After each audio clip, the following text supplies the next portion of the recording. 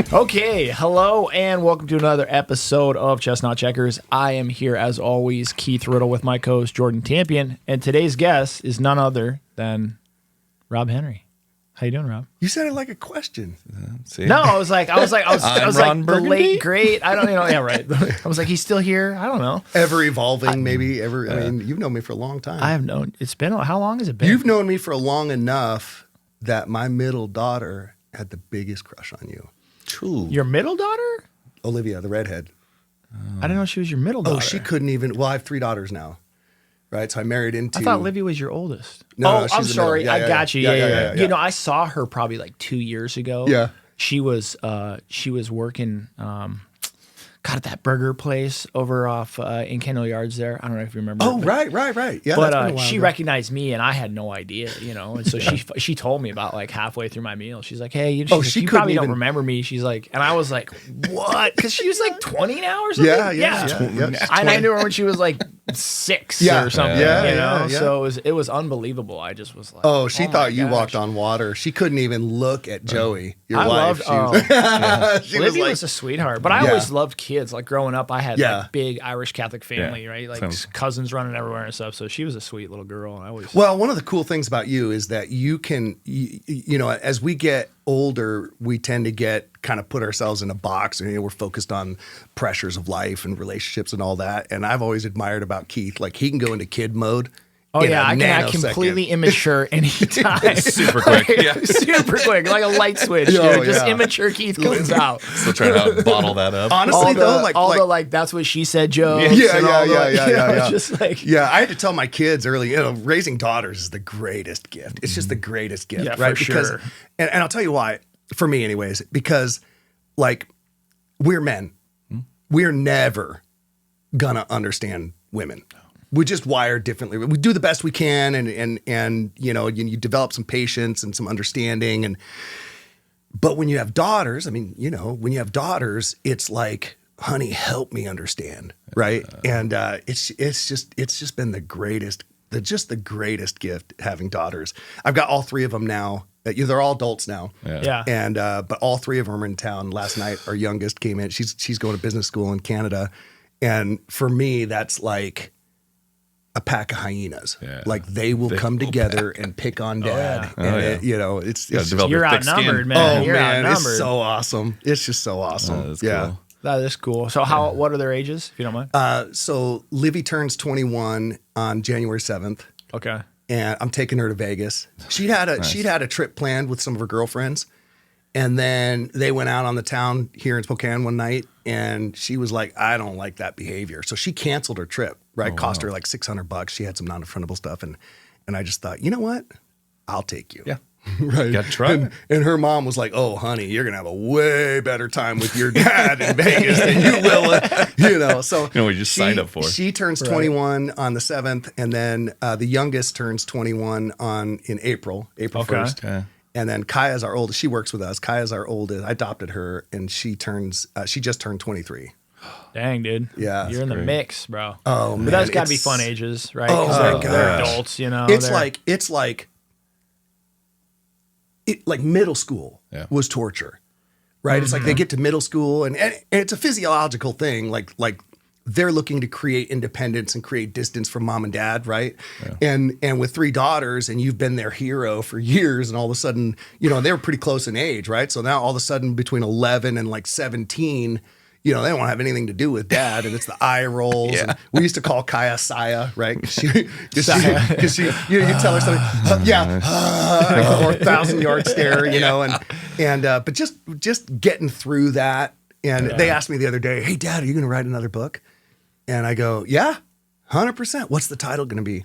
How to Raise World-Class Olympic-Level Shit Talkers." And they all started laughing, and they're like, that tracks. That tracks. Yeah. No, it's fun. Do you think that and you probably, maybe, you know, I don't know, have they all read your first book? Yeah, Kaya actually, like cover to cover. You think they read it? Yeah. You think they read it? Did you make them? That's my next question. Did you make them, or like pay them, or? When I finished writing it and then I sent it off to the editor, that was like a process. Six rounds of, take out this, you need to add this, you need to explain this more. So refine. And then the final 2 edits were like, looking for grammatical errors, right? Yeah. And like, bro, I was done. I couldn't even look at the thing anymore. I was just at a point where, because I was emotionally wrought writing the thing. In fact, I'll tell you a funny story about that. When I first started writing it, and the first couple of chapters are about, I had a chance to escape from prison, not like Shawshank Redemption crawling through a mile of shit, but like they left the doors open. Like no one's going to stop you. Yeah. Right. Could have left. Yeah. And so that's how the book starts, right? But then it kind of goes into what led me into being a criminal, right? And so for the reader, and I really wrote it for my daughters. What's the name of the book, real quick, for reference? Oh, it's here. There we go. Unleashing Your Own Potential. There we go. Yep. And so I wrote it for my daughters. I wrote it to like everybody always asks, right? And it's more than a 45-minute fireside conversation, right? The questions just, well, what led you to do that? And how did you get caught? And what was prison like? And all of that. And so, it has lots of those stories. But when I went through the time period of creating for the reader the mindset that led me to do those things, right? I had to kind of relive it. And so there I was. I created an office space in our house, and it was soundproofed, and had my monitors, and I was writing. But when I was going through that period where I was writing about some of the darker days, my childhood, sexual abuse, physical abuse, and raised in a cult, and poverty, and running away from home at 16, and when I was writing about that, and I mean really writing it, it was like I came upstairs one day, and Cambria, bless her heart, she's just amazing. I'm very fortunate to have the wife that I do, and she goes, honey, do you think, one of our condos is vacant right now. Do you think it might be good for you to do your writing there? Right? Please don't be here. Because I was, after spending all day writing, and I had a goal of 1,500 words a day, right, to keep me on a timeline. And I didn't realize that I was so immersed. And then I would come upstairs, and they were like, whoa, this is, I just had an aura about me that was like, ooh. And so I called one of my coaches, and she said, when you're done writing, you got to put it aside and maybe journal what you're grateful for, or journal about, the things you appreciate about your life now. And so I started making it. It was great advice. And so I started doing that, and made all the difference, right? So I write all that, and I finally finished the book. I'm like, oh my God, thank God. Right? Well, it was one of the hardest. How long from start to finish of starting the idea to what you have in front of us? Honestly, like 10 years. I mean, it was my wife. Do you guys know Danny Beer and Kyle Whistle? Yeah. Oh, yeah. Danny so they run Fast Forward Movement within EXP, and I've seen them in the speaking circuit and different real estate events and stuff, and just kind of got really connected with them. And so he invited me to speak at their first huge event for Fast Forward movement. And it was in San Diego. And he's like, I want you to talk about your story, right? And I'm like, I've not really done it on a stage, right? And my wife was like, you're an asshole if you don't write that book, right? And so the event was 4 months away. Okay. And so I spent that 4 months thank God I've got her. She completely took over the business, completely took over the family. And I just focused on that. Okay. So it was about 4 months of writing. Yeah. And then it was another 3 months of going back and forth with the editor, right? And when I finally got the final edit, like we're ready to go to print, read it one more time, I was like, I can't. And my daughter goes, the oldest, you want me to do it?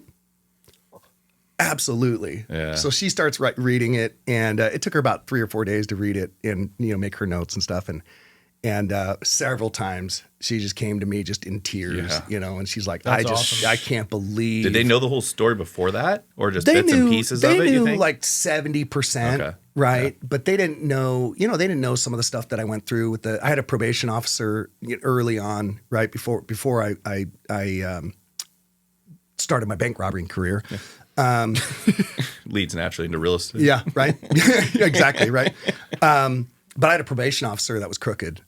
And he was running prostitutes and doing extortion and stuff like that. And so my daughter all my daughters, it was like when they read that, they were like, "Oh my God, I can't believe what you." And I'm like, "Honey, it's okay. It turned out good. It turned out we're okay." here. Yeah. That's crazy. Yeah, our operations manager, who's she's been with me for 20 years, and I call her my babysitter, but she calls me in the middle of the night when she first read the book, and she's like, "I can't believe what you.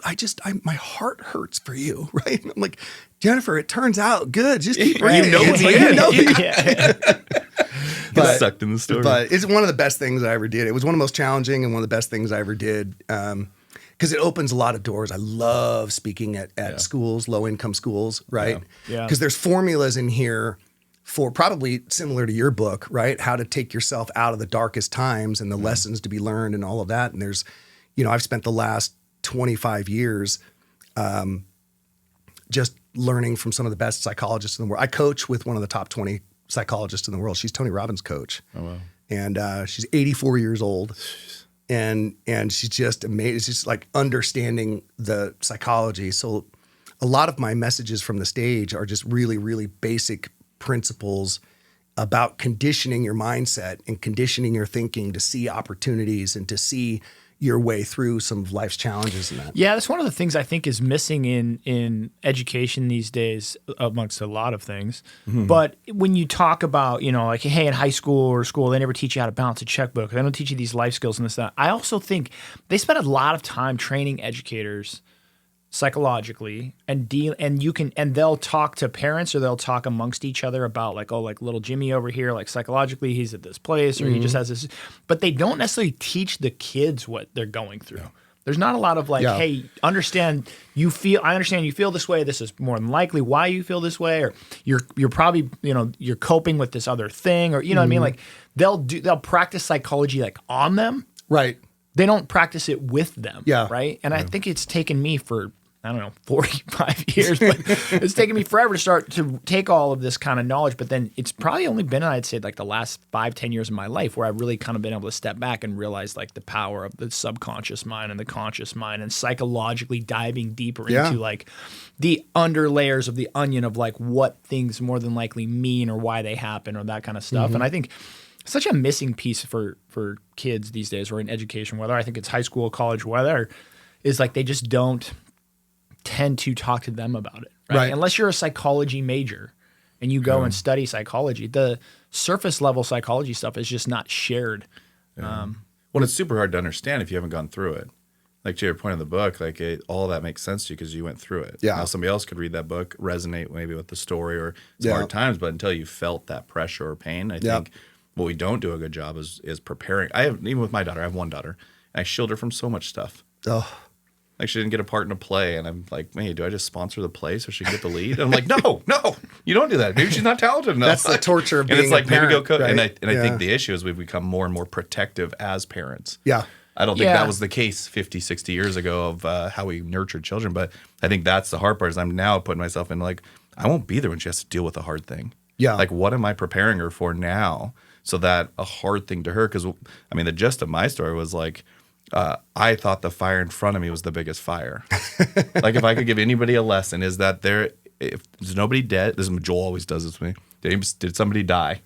Did a building burn down? No. Oh, okay. That means we can solve this. Yeah. And I think that too often it was like, no, this guy's calling me every day. I got to deal with this. And I'm like, wait a second. I should have looked 10 steps ahead and been like, if I just solve that, I can come address these. And I think too often it's because I would never have to deal with it. Yeah. I was never faced with a problem that way. Yeah. And I think school, I don't know how you simulate, that's what I always talk about, but I think doesn't do a good job preparing you for life. Yeah. I go into the schools. So I discovered that in a lot of the lower income communities, the middle schools have a grant program that allows them to bring in like specialized training, trade type of training, like Microsoft certifications and that kind of thing, right? Which is great because a lot of these kids are not, like college is not going to be an option. Yeah. And so I go into these middle schools and one of the first questions I ask is, at the 8th grade level, like how much are you guys thinking about transitioning into adulthood? Right. And most of the room raises their hands. Right. And the next question always pisses the principals off is like, how many of you feel like school is preparing you for that? Right. And they're very visceral about it. It's like, Yeah. I'm not being prepared. And how many of you want to be successful, right? They all raise their hand. What does success look like to you? And the heartwarming thing is that most of them want the very basic American dream. I want to own a home. I want to have a decent job that I enjoy. I want to be able to take my family on vacation. You know, one girl said, I want to be able to feed my dog, right? And so it's like, you know, well, there's a formula for success. You guys want to learn it? Right? And it's very, very simple formula, very simple formula. And it really is about psychologically conditioning yourself, right? To have the right mindset, to be open and available to opportunities, to believe in yourself.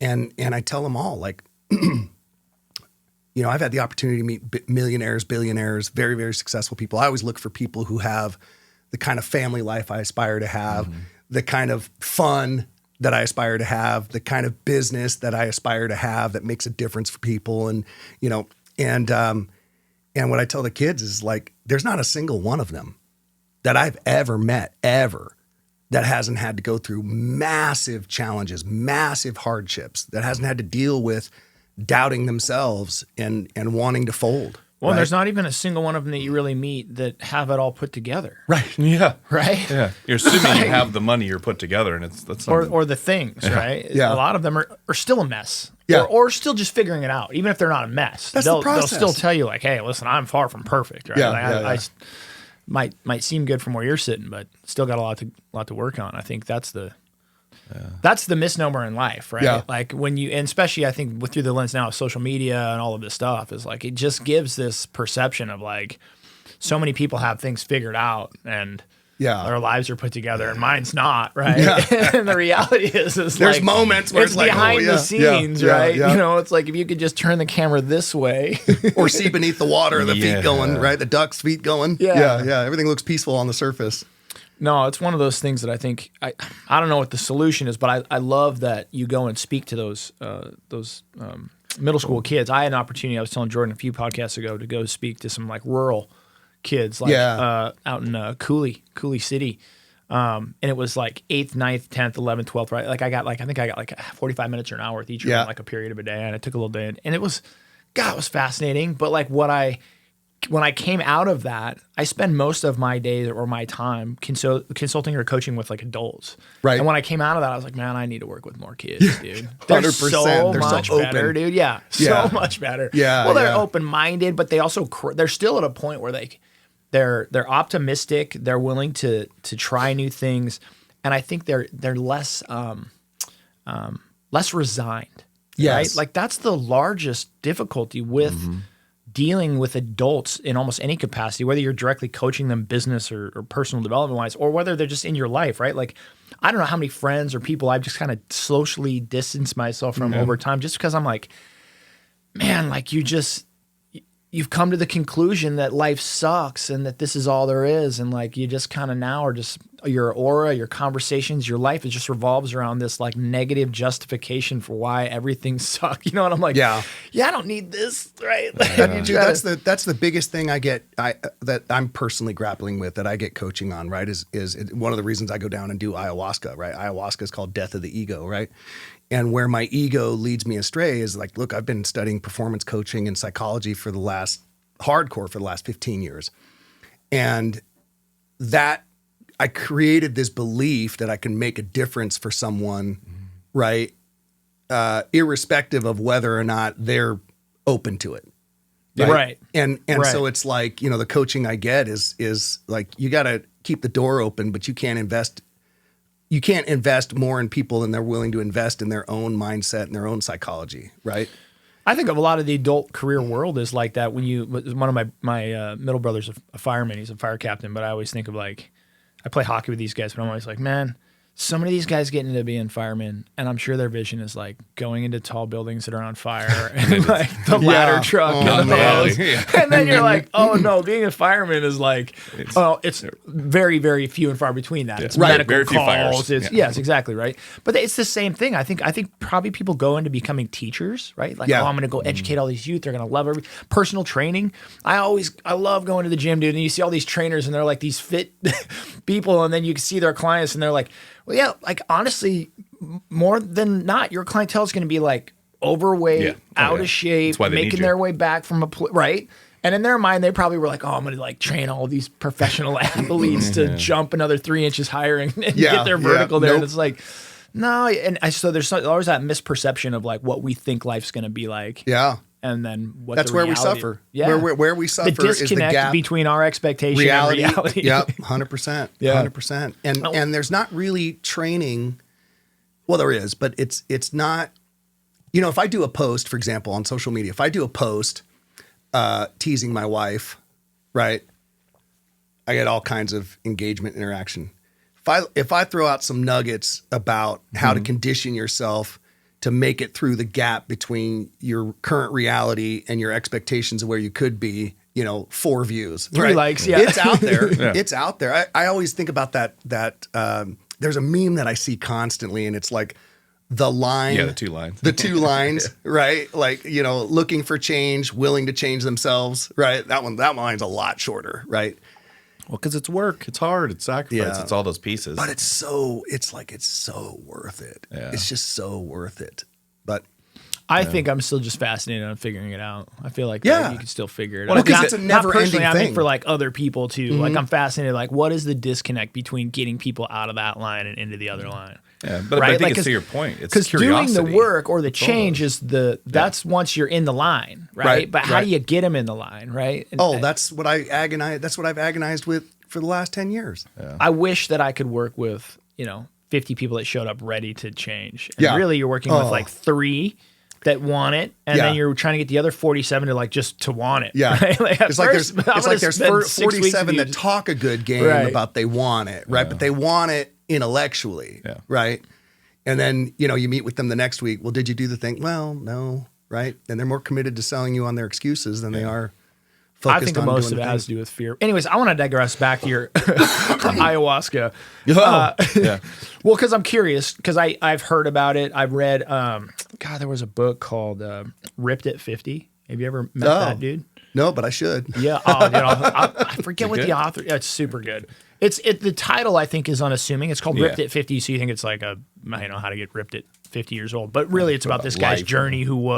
He was like a really good-looking, talented kind of model when he was young. Was like a model in Europe and stuff, and then just kind of took a bad road, right? Like got into like the European modeling scene, and there was drugs and sex and things and blah blah blah. And kind of, anyways, took a hiatus, and then kind of like end up finding ayahuasca, and so that's part of his journey. Yeah. And now he's kind of like an online health and wellness guru, but he's just a jovial kind of hippie dude, right? Like a longer hair and a beard, but he's just had the best outlook on life. I love his videos and stuff, but he talks about it. And so that was the first time I'd ever heard about it. But his explanation of it is like going down to the Amazonian jungle, right? Finding some medicine man, doing ayahuasca, basically like vomiting all night long, and then having like an enlightened experience. And I was like, I don't know, man. Like it sounds like so, but coming from your perspective, like give me your take on it. Like you definitely do that. Your body purges. You take the medicine and it's actually you when you purge, and then you go for your second dose. Your body is able to absorb it. Right. And then that's when the experience really happens. So what is it? Sorry. It's got DMT in it, but is it a cactus? Is it a plant? Ayahuasca? Yeah, it's a plant. The tea that you end up drinking is a mix of the vine and the leaves, right? And depending on how much, you extract from the leaves or from the vine will give you a more intense experience. And so it's one of those things that's really difficult to describe, and a lot of people that are interested in it. And then you say, you purge, right? You purge, and purging can happen in a lot of different ways, right? The last time I went, my body just locked up, and and I just was breathing through it. And one of the things that the shaman will tell you is to just give up control, right? That's just surrender to it. But a lot of people hear that like, oh, I don't like to puke. I don't know, right? And you don't understand. You want to so badly that when it happens, you're like, oh my God, it's just a relief, right? And then you just kind of settle into the experience. But every night has been different for me. Every night ceremony has been absolutely different. Talk to me. I'm going to interrupt you a few times. So talk me back to what was the initial decision to do it? based around? Oh, that's a great story. Like, did you go down with intention or purpose? Yeah. And I'm going to follow this question up with, did that come to fruition, or is that just kind of your hopeful thinking? Like, to go there with intention? Like, I went in with an open mind. I was introduced to it by a good friend of mine, Tom. We were just talking about Tom Flanagan, who's a local lender and investor, and somebody that I've known for almost 20 years. Right, we kind of disconnected about 10 years ago as our lives kind of went different directions, and he's what I knew of Tom at the time is brilliant guy, just one of the smartest people I've ever met. Funny as hell. I mean, that guy can find the humor in anything, right? But at the time that I knew him, I crave deep conversations. I have a lot of difficulty with surface shit. I want to go deep. Like, what's keeping you up at night? You know what I mean? Like, I like those levels of conversations. Never could really get there with Tom. Right. And this was a decade before. Right. Okay. So about 3 years ago, he reaches out to me and says, "Hey man, I've been following you and rooting you on, and let's get together for lunch." Right. That's the phrase I hear that I dislike the most. Right. When I go to work, man, I'm focused. If you went to my office right now, it looks like a tornado went through there, because I'm not spending any time cleaning anything up. I'm there to work, get my work done. Right, a coach with agents, check in with our teams, and I'm back to my personal life, right? And so I hate doing the lunch thing, and so I put him off, and then he's pretty insistent, and finally I did kind of the dick move. All right, I got 45 minutes, right? 4 hours later, right? We're both like, oh shit, I gotta go, right? And I mean deep, and at about probably 30 minutes into the conversation, I was like, okay, hang on a second. This is not the Tom I knew 10 years ago. You're a right? different dude. Yeah. And I go, what have you done? And he said, dude, he goes, I'm just gonna be honest with you. When I saw you post on social media that you went to Landmark and the advanced course and the leadership course, and then you started doing Tony Robbins and performance coaching, and I just quietly followed along, right? And I'm like, oh my gosh, tell me about that journey, right? And that led to, and then I went to the Amazon and into Peru and did ayahuasca, and I'm like, what? Tell me about that, right? And it was at that point that we both realized, shit, it's been 4 hours, right? And the restaurant's closing down, for God's sake. And so I'm like, I want to do this, and so I did. I went down to Tucson, which happens to be my hometown. And man, I went to Tucson and I was there a little bit early, and so I drove around. I hadn't been back in 20 some years, and so I drove by my childhood home, and just kicked a lot of it off. Yeah, right. And interestingly enough, I did that on my most recent. I went a couple of weeks ago, and I think I'm gonna drive around town. Nothing, no emotional pull, no right. So to your question, like my first night was just, I mean, I don't know, and I had a beautiful experience. Some people do. I just beautiful experience. You hallucinate a little bit, and I just had this experience where it was like I saw everybody in my life. I saw agents that I'm coaching that I'm just wringing my hands about. Oh my God, how do I make a breakthrough, right? And I just had this vision of us all being interconnected, right? And this agent in particular that I was actually considering firing at the time, I was like, I just need to reach his heart. Like, this guy has been hurt, and that's why he's got this rough exterior, right? And I'm going to reach his heart. Well, 2 months later, he went down and did ayahuasca with me, right? Nice. And said it saved his marriage, and there's all kinds of things.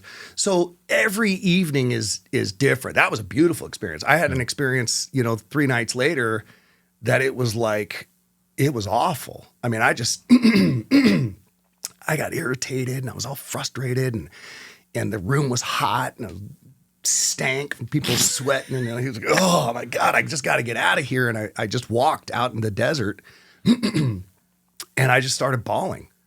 Yeah. I don't know why, so I went through every emotion. I was bawling, and then I was pissed, and then I was sad, and I'm sitting out there, and I'm just closing my eyes. I'm looking at the stars, and I close my eyes, and I open up my eyes, and there were 4 coyotes sitting right there.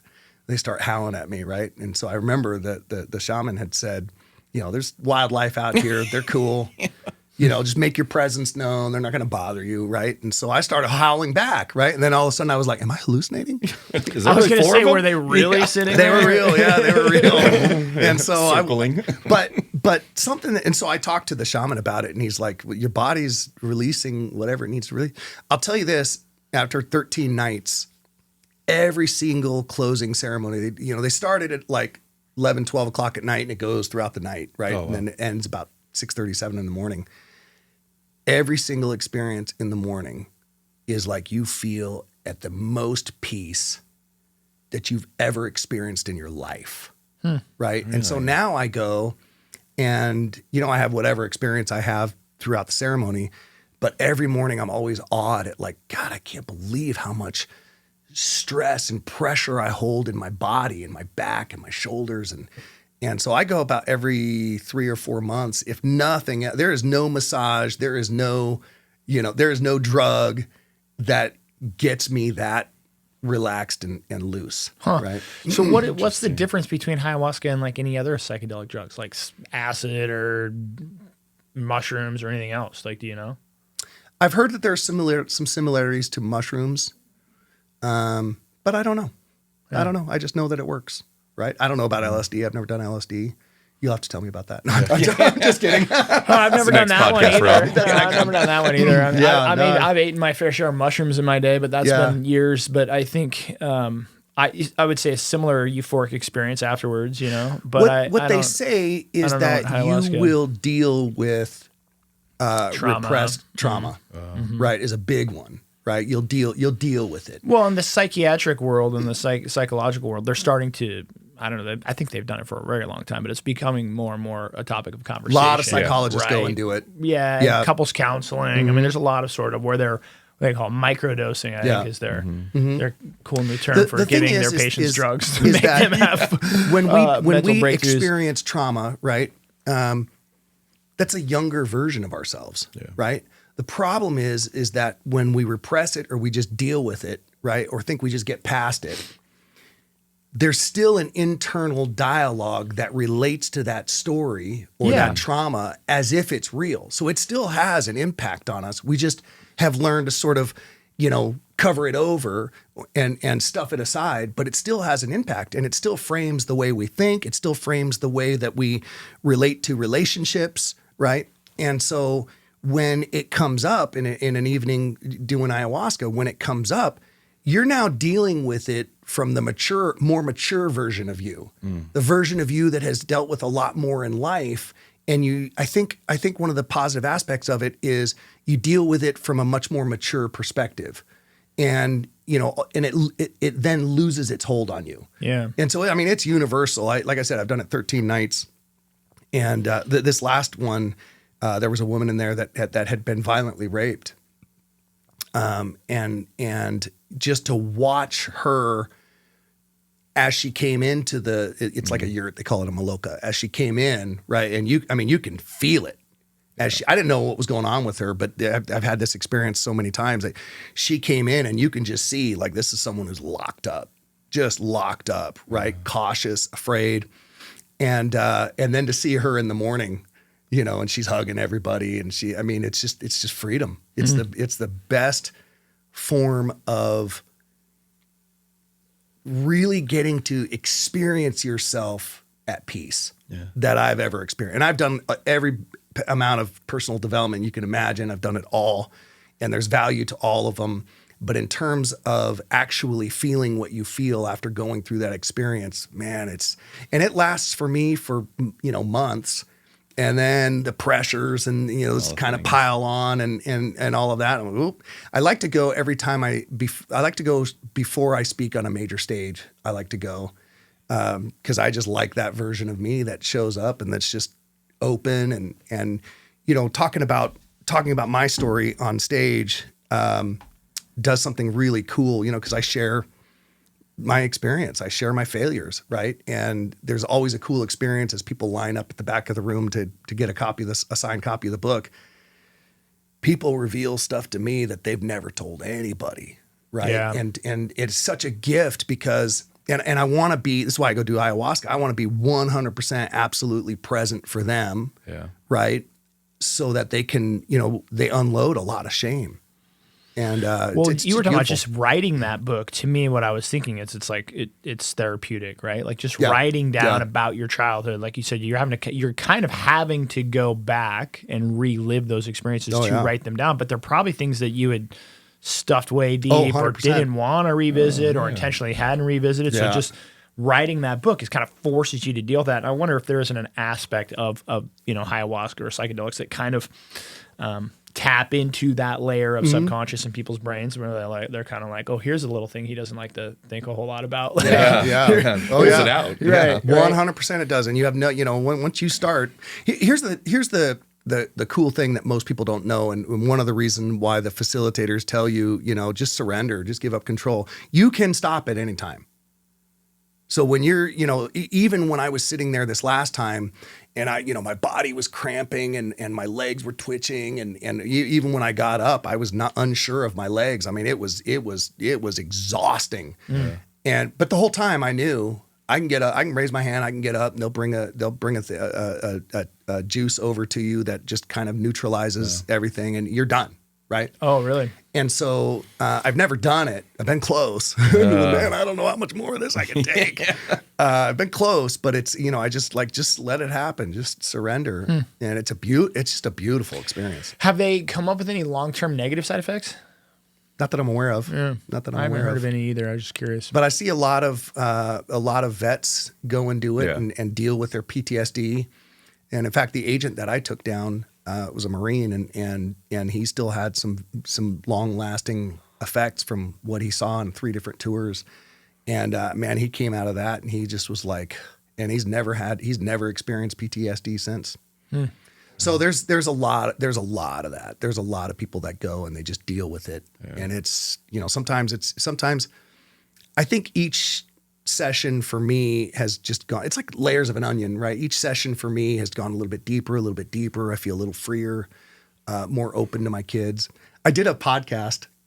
I made the mistake. Well, so I gave the facilitator, he doesn't like being called a shaman, but I gave him a copy of my book and he read it. And a couple of months later, he's like, man, you gotta do this podcast that's about plant medicine, right? He's like, your personality is just so open and you talk about whatever. And you'd be a great guest on this podcast, right? So I look it up. I was telling you guys earlier, I look it up on YouTube and, Tyler, I forget his last name. Anyways, I look it up on YouTube and it's like 46 views, 140 views. I'm like, I'll do it. I'll do it, right? There's nobody watching this, right? Unbeknownst to me, he's got like millions of followers on Spotify and some of the other channels, right? So I get on this call, and I'm just telling whatever stories, and he asked the question. He goes, "So how has it impacted your relationship?" Right? And I go, "Oh man, let me tell you about something that just happened 2 months ago." Right? I said, "This is just a classic example of what ayahuasca does." Yeah. Right? I told him, I got to tell you 2 stories. The first story is to frame the second one, right? The first story is my wife is incredibly frugal, thank God, except with her puppy. Now it's Amazon boxes every day, but normally very frugal, right? Yeah. And so we go to Hawaii to marry a dear friend of mine. She asked me to marry her and her fiance at the time. And we go there and, I'm going to the gym in the morning and then meet up with my wife at the resort's restaurant, right? And the first day she's like, 2 eggs, a piece of toast, and 2 sausages are $45, right? And I'm like, honey, we're on an island in the middle of nowhere. Like, they got it here. There's chickens all over. I'm like, oh my God, right? So by day 2 of her meeting me for breakfast, I'm like, hey, check this out. Do me a favor. Don't meet me for breakfast. Just come out. You're screwing with my vibe, man. I'm coming out of the gym, feeling good, feeling strong, and then I got to sit here and listen to you piss and moan about how expensive everything is, right? Well, the next day we go into town and we're shopping, right? And my buddy Shane, he's actually a lot like you. He's total instigator, smart ass. So that's a good word. We're in this shop and we're looking, this hats and this, and he goes, hey, bro, check out these flip flops, right? And they're like the Olakai leather. Yeah. They're $160, right? Well, I'm kind of an asshole to needle my wife. I'm like, oh man, those are legit. I've never seen anything like this. I'm going to get them, right? And I just see her side-eyeing me like, oh yeah. Right. So I buy them. I've never worn them. They're uncomfortable as hell. But the story's good though. It's worth the 160. To her credit, she never said anything about it until about 2 months later, we go to the hot springs, Quinn's Hot Springs, right? Big group of friends. And as I'm unpacking, I go, oh shit, I forgot my flip-flops. And she lets me have it. Right? She's like, are you kidding me? All the flip-flops you've got in your closet, and what, are you going to go buy a pair now at the gift shop? And in my mind, I thought, and I share this in that podcast. In my mind, I'm like, oh man, my instant response is like, are you kidding me right now? Right? Buy some damn flip-flops. So I don't say anything. I put my tennis shoes on with my robe, right? And we're going to cross the street and go over to the hot springs. And my buddy Al knocks on the door like, hey, we're heading over. You guys want to go? Yep. And he looks down at me and he goes, what are you wearing? You didn't bring flip-flops? And I go, I forgot them. He goes, no worries. I got some in the RV. I got an extra pair in the RV, right? Okay. So now we're all walking across the street. I've not said a word to my wife about it. Didn't respond, didn't react, whatever, right? In my mind, I'm like, after doing ayahuasca, you're just totally at peace. Like, I'm not taking on battles and fights that are unwinnable. Yeah. Right? And so I'm telling this on this podcast. And so we're crossing the street and she starts to feel a little bad. Like, I've been giving him shit for nothing, right? So she goes to hold my hand and I do the passive aggressive, like limp fish it, right? Nice. Right? Nice. Just there. And she goes, what, are you mad at me? And I go, honey, no, not at all. I'm grateful. I'm just so grateful. This is going well. I'm so grateful. I go because I just, when you said all of that, I thought about the hundreds and hundreds of trips that we've taken together. And if I'm being honest, 50 or 60% of them the first day we spend going to the mall to Sephora to get makeup you forgot or a dress that you want to wear or your shoes aren't quite right. And I'm just really grateful that not once in all of those experiences did I try to make you feel like you just tried to make me feel up in the room. Oh man, no. You were digging, bro. You were digging. This trip is ending. She goes, fuck. Guessing the hand goes away. Yeah, and smacks my arm, and fortunately I have a wife that we banter, right? Appreciate it. Yeah, we banter and that was it. But I was sharing in that podcast that like my instant reaction would be like, yeah. Oh, we're going to go there? Should we talk about how many shoes you've got in your closet? Man, you're making me uncomfortable. I'm just sitting over here without even your wife in the room. I'm already uncomfortable. Right. It's like that awkward sit-down moment. But that's my initial reaction, right? And that's why I like doing stuff like ayahuasca, because it's like, I'm not going to trade my peace for,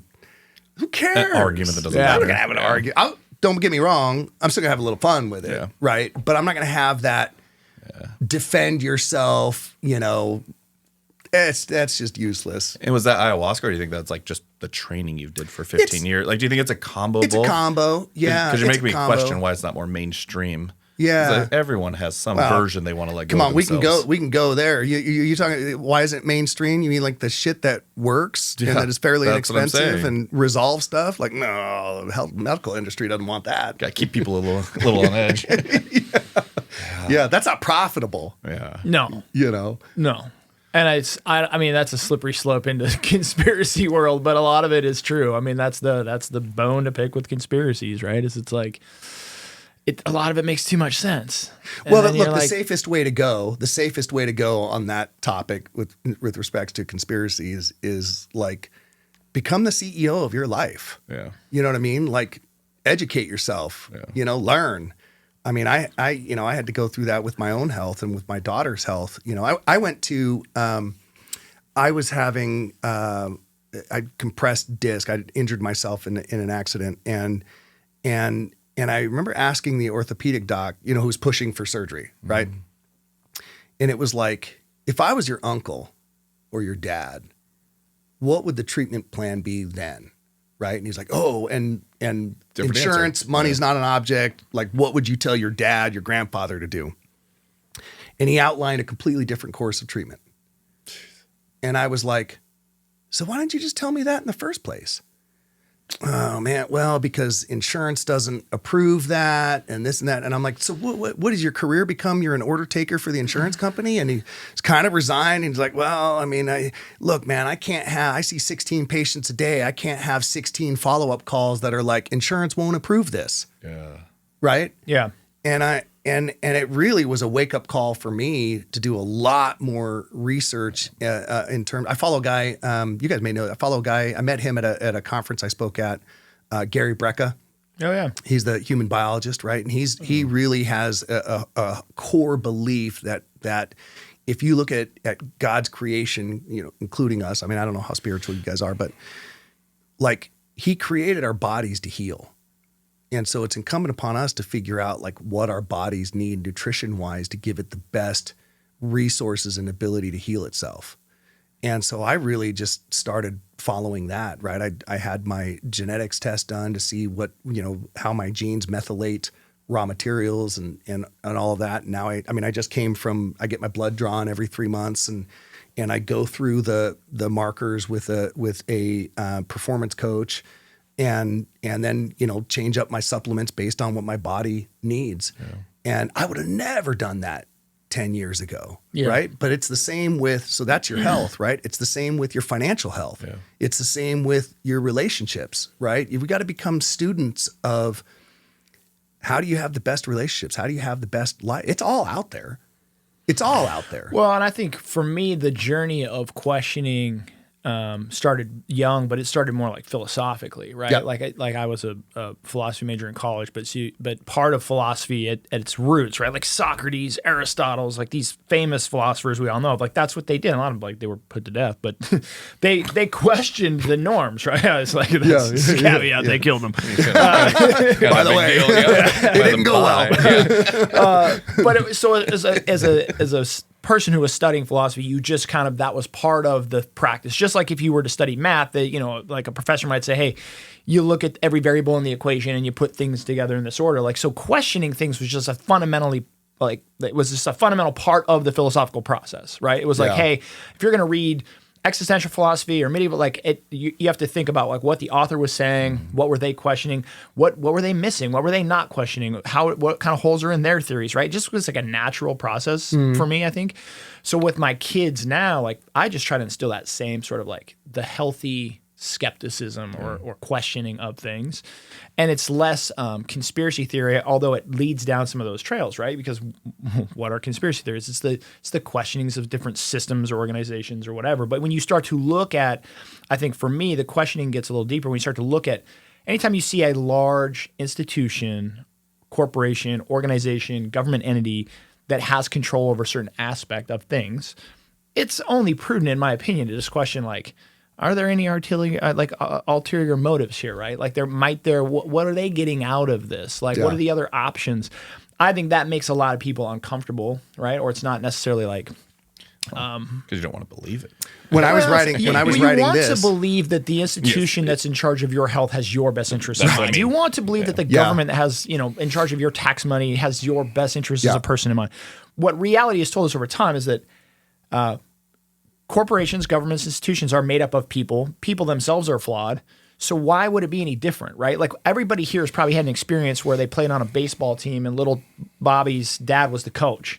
And there was all of a sudden some disproportionate playing time for little Bobby, right? Or little Bobby all of a sudden was pitching every game. And everyone was like, hey, man, I mean, he's okay, but he's not like, right? Yeah. So it's just, you're taking that same flawed character or characteristics of those situations where you're like, listen, people want the best for their kids. People want the best for their pocketbook. People want the best for whatever.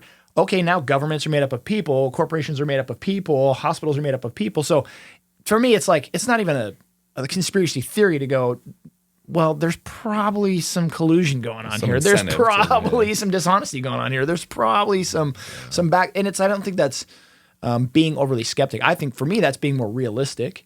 And so then it becomes more unrealistic not to question it, right? Like so for my kids, I'm like, dude, it's actually, it would be more of a disservice for me to tell you not to question the authorities or the organizations or the institutions that you're going to be surrounded with your whole life, because that's exactly what they want, right? And they don't want questions. Yeah. It's illogical not to question them. Right. In so it's, but yet the norm is not to do such. And so I think that it puts you in that position where, going back to the psychology of it, is one of the things that I try to impress on my kids more than anything, more than any sort of knowledge, more than any sort of like specific education, is just a belief in oneself.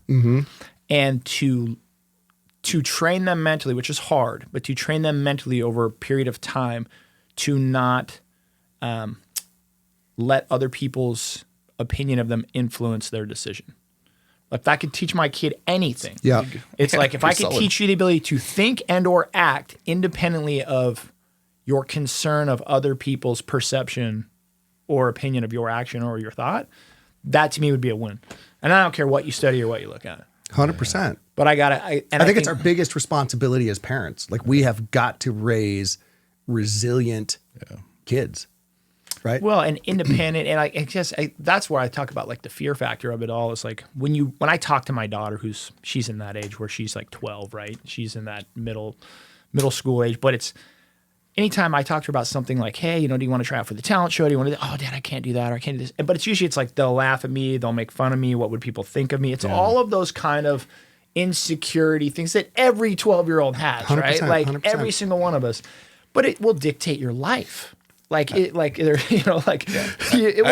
the whole. Have it. Oh, for sure. You know what I mean? Like, as a matter of fact, not only they have it, they have the childhood trauma of being laughed at the play in 5th grade that's still haunting them when we're 45, right? Yeah. They're still afraid to only sing inside their car, right? I wrote this chapter in my book about how surreal it was when I got out of prison that, now I have way more freedoms and opportunities to learn and grow than I had in prison. And it was remarkable to observe how many people have locked themselves up in their own self-imposed prison because of those beliefs, because of being fearful of what others think, because of all of those things. I mean, it was so surreal to me. Because in prison, I had very limited access to learning and growing, but it was like I'd made a decision. Like, I was not going to be the person that walked in. And so I read over 700 books. I took, every course. 700 books. Are you talking about after you got out or when you were in? No, when I was 5 years I was in, 700. Damn, dog. Yeah. That is a lot. I would read. A book every 3 days or something like that? Yeah, there were a lot of times I'd read a book a day. Like a fiction book, I could, like. He's like Green Eggs and Ham. Yeah, exactly. yeah, they were 8-page books. There's some good value in those books, Keith. Like cartoons. The pictures I can understand. Yeah, no, but it's. Spot run. No, I've had a similar conversation with another buddy of mine who was locked up for a while, and he said that he just locked himself in books, man. He just was reading so many books, and hats off to you. I mean, that's a great way to spend your time in there, I'm sure. Yeah, but you think about that fear, right? One of the number one fears is public speaking, and I think about it, even when I public speak, I still get like a knot in my stomach, and you're like, but why? Like, especially when you're sharing your own story, you can't mess up your own story. But it's that weird one of what will people think, and it's crazy how impactful that is. But the reality is, like, none of them are there now. Yeah. It's not like I'm gonna know that person there. My business coach. I got more theories on that. My business coach. I mean, he's on easily 40 or 50 stages a year, right? Oh, yeah. And as I was getting ready to go on stage, and we're in the green room, and he's like, "How you doing?" And I'm like, "Bro, I'm sick to my stomach. I have to wear black shirts because it'll sweat through them." Right. And I'm like, man, I'm sick to my stomach. And he said the coolest thing. He's like, listen, man, you ever get ready to go on stage and you don't feel like puking, you're mailing it in. Yeah. Right. Yeah. And it's a reframing, right? Like if you psychologically, if you do an MRI and fear and excitement fire the same things, right? Yeah, and so exactly. It really is how you frame it. And so, what I think about is like, what I obsess about is like, what's going to be the most impactful lesson, experience, feeling to leave them with? Because they don't remember what you say; they remember how you make them feel. Yeah. Right. And so, the more that I obsess about that, certainly the nerves are there, but they're usually gone within about 30 seconds in. As you kind of relate to the, and there's exercises that you can do to get the audience involved and energy in the room and that kind of thing. And it's a really fun thing. I mean, I have a pretty compelling and interesting story to open up the door right? And then my intention is to always leave them with exercises or leave them with a couple, 3 actionable things that they can implement and do every day that'll, start conditioning their thinking, more optimal thinking. Yeah. So it's been a fun journey. That's cool. Is that what you kind of plan on doing the next 10 years? Figure out how to get more kind of exposure to public speaking, training, coaching, or? Yeah, just anywhere that I can. I hesitate because like I've spoken in prisons now. I've spoken in schools and for law enforcement, I consult with the FBI. And so it's just, I'm kind of at a phase in life now that I'm just open to whatever. Yeah. Right. I do a lot of speaking at real estate events, and since we've joined Epic, I think I've spoken at every national event they've had, and to the extent that the last one was a few weeks ago was their leadership event. So it was their leadership retreat. So it was 800 of their top, designated brokers and throughout the country. And I'm like, oh shit, they've already heard all my really, really tried and true good stuff. Like, oh man, I gotta dig a little deeper. So that was pretty fun. But it's, leadership is no different than self-leadership. It's the same principles. Yeah. Right. It's what kind of culture are you creating? Yeah. What kind of environment are you creating? How do you make people feel? Right. People will move forward much more consistently based on the way you leave them and make them feel than they will understanding the mechanics. Yeah. Right. Yeah, that's where I think I stumble or get trapped. Like I'm such a logical brain that I like if we sit down and talk or if I'm speaking, I want to make sure you understand it. Right. Yeah. Like all the things. Like I want the big picture, the 30,000 foot view, and it's like that all makes sense, right? Yeah, but you'll see their heads are like, makes sense. And it's like, well, you're not impacting any change. Yeah. It kind of like is. I get it. You gotta get right? them to feel if I work out, I'd be in better shape. Yeah, what are things you do to kind of make them feel it? Because there's one thing, content's one thing. You can stand up there and read a script, right? Yeah. But nobody engages. We all know so that. 2 exercises I love doing, and this was the challenge of my last one. Is like, oh man, I've already done the tried and true couple of exercises that the CEO was bawling after he did one of these exercises.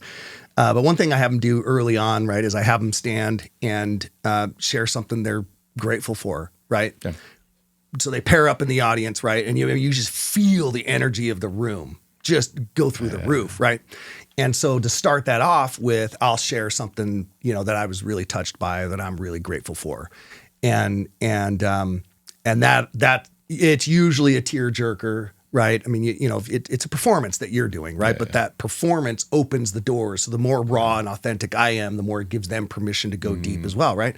So then the audience does that. So there's a lot of energy in the room, right? Then you set them back down and you talk about the impact and the importance of gratitude. There's a Dr. Sean Acor that has the happiness advantage, right? And he goes into major corporations and turns them around based on one thing and one thing only, right? Is journaling gratitude and expressing gratitude and all of those things, right? So it's like I touch both. They get to experience it, but then they also get to see how the energy of the room just goes through the roof, right? And so you kind of acknowledge that.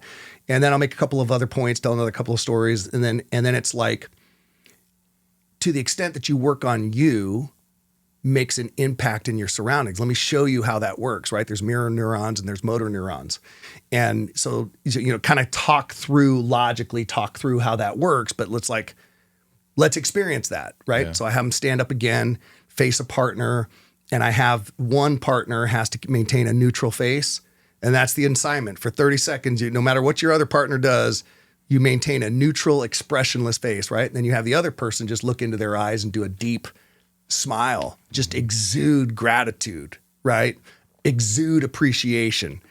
And about 85% of the audience can't maintain a neutral face. Yeah, it's damn near impossible. Right? Because your mirror neurons are going, wait a minute, I should be happy here. And so, that talk maybe I'll end with, we have so much greater of an impact on our environment and the people around us, right? And to the extent that you can be conscious of what you bring to the world and the change that you're able to effectuate just by being grateful, by being happy, by expressing a kind word, it makes a difference and it has a ripple effect, right? And then I encourage them to go out and be great and, all the good stuff. It's like, it was like the one talk that I did, the person that hired me to speak for that event, the CEO of the company actually was sitting in the front row and And I was like, come on, guys, I want to do one more exercise with you, but the timer shows I got 5 minutes, and this is a 4-minute exercise. And he's like, he stands up and he goes, you go as long as you want, right? I'm like, oh, geez, okay, I don't have that much more material. No, I only have. No, the timer was for me. I'm done. So, it's such a rush on those ones. I remember so it's when fun. I did it. I just love doing it, and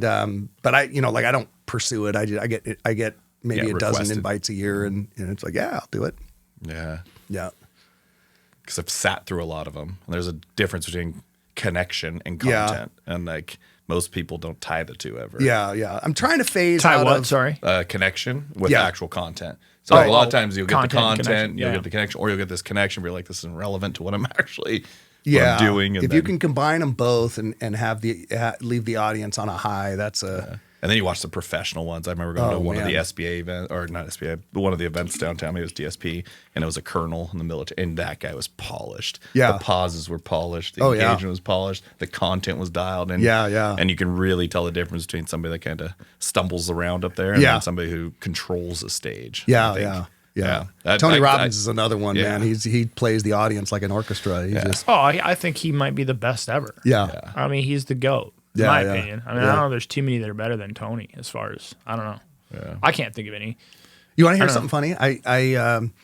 So I went down to spend a weekend with his coach, Tony Robbins' coach, Chloe Madonis, and also there was his personal trainer, Brian Bradley. Yeah. And so I got to spend 3 or 4 days with, just shooting the shit with Brian. And he said something about, and I've talked to Tony on multiple occasions, but it's, at an event or whatever. And he said, no, Tony's super sensitive. He's a super sensitive guy, right? And you just wouldn't get that. And he's like, you can't bullshit with him like we do. Give each other shit. Like he's just all heart. He is just all. He's super sensitive guy. I'm like, well, geez, I would have never got that. Note to self: don't shoot him any shit. Don't shoot shit to Tony. Right. Well, and I don't know how Tony would be one-on-one. Does Tony do a lot of one-on-one coaching? He's $2 million a year now to coach one-on-one, and then he gets 25% of your upside. So you got to send him your P&L, and and he gets 25% of profit on your business. Your growth. Right. So he coaches, I think, 18 people. Okay. And I mean, he has some clients that have been with him for 20 years. Yeah. No, I know he did it.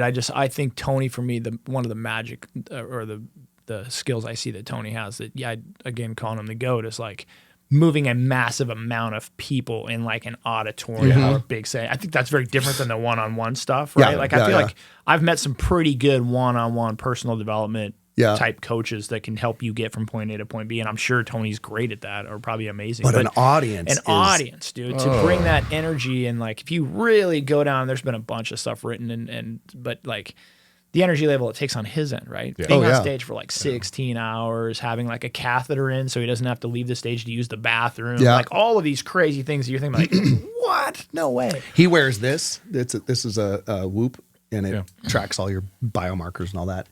And for him to do like UPW, each day is like the equivalent of running 2 marathons. Calorically and energy-wise, Yeah, he'll burn about 17,000 calories in a day.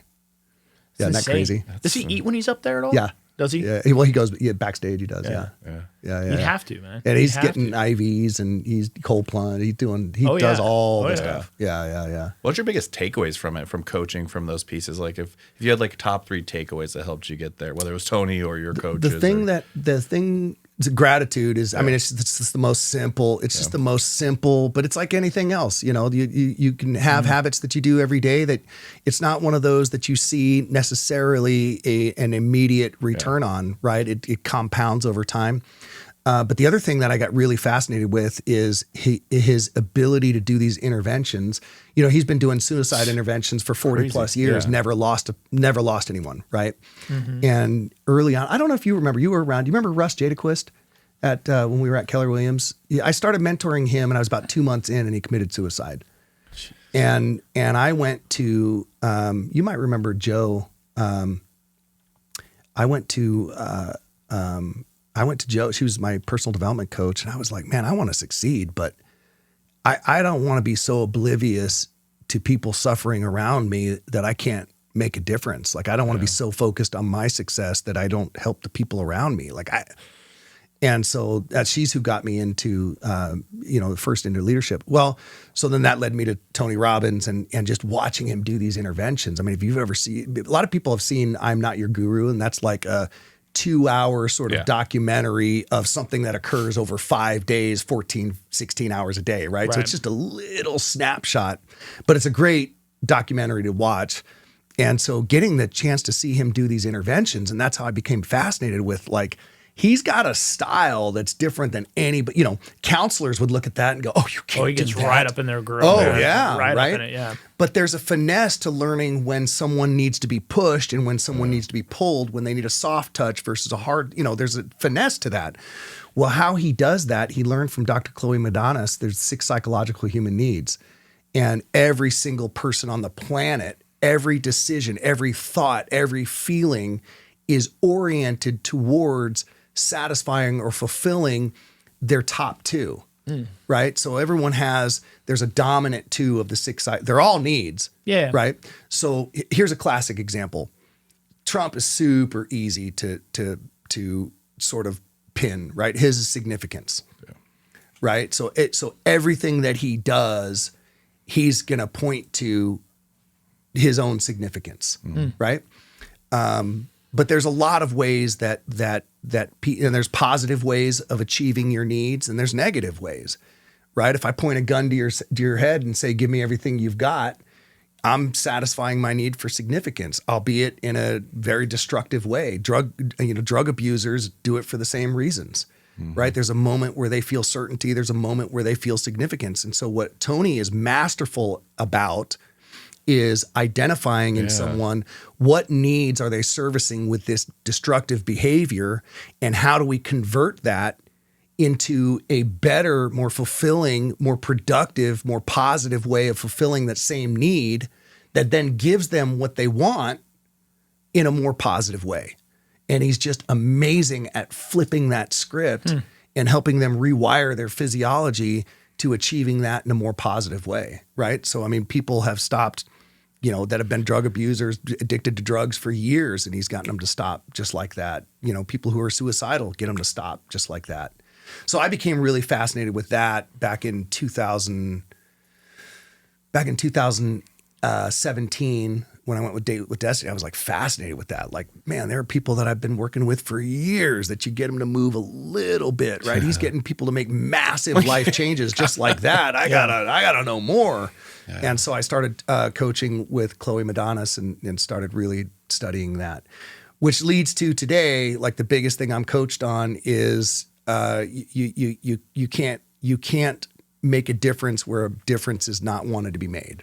Right. And a lot of people come into my organization. They say they want to be an outstanding agent. They say they want to have better relationships. They say, right. And then it's when it starts, when it comes to taking action, it's like, well, they're still married to their excuses. Okay. And so that's the current thing that I grapple with now is to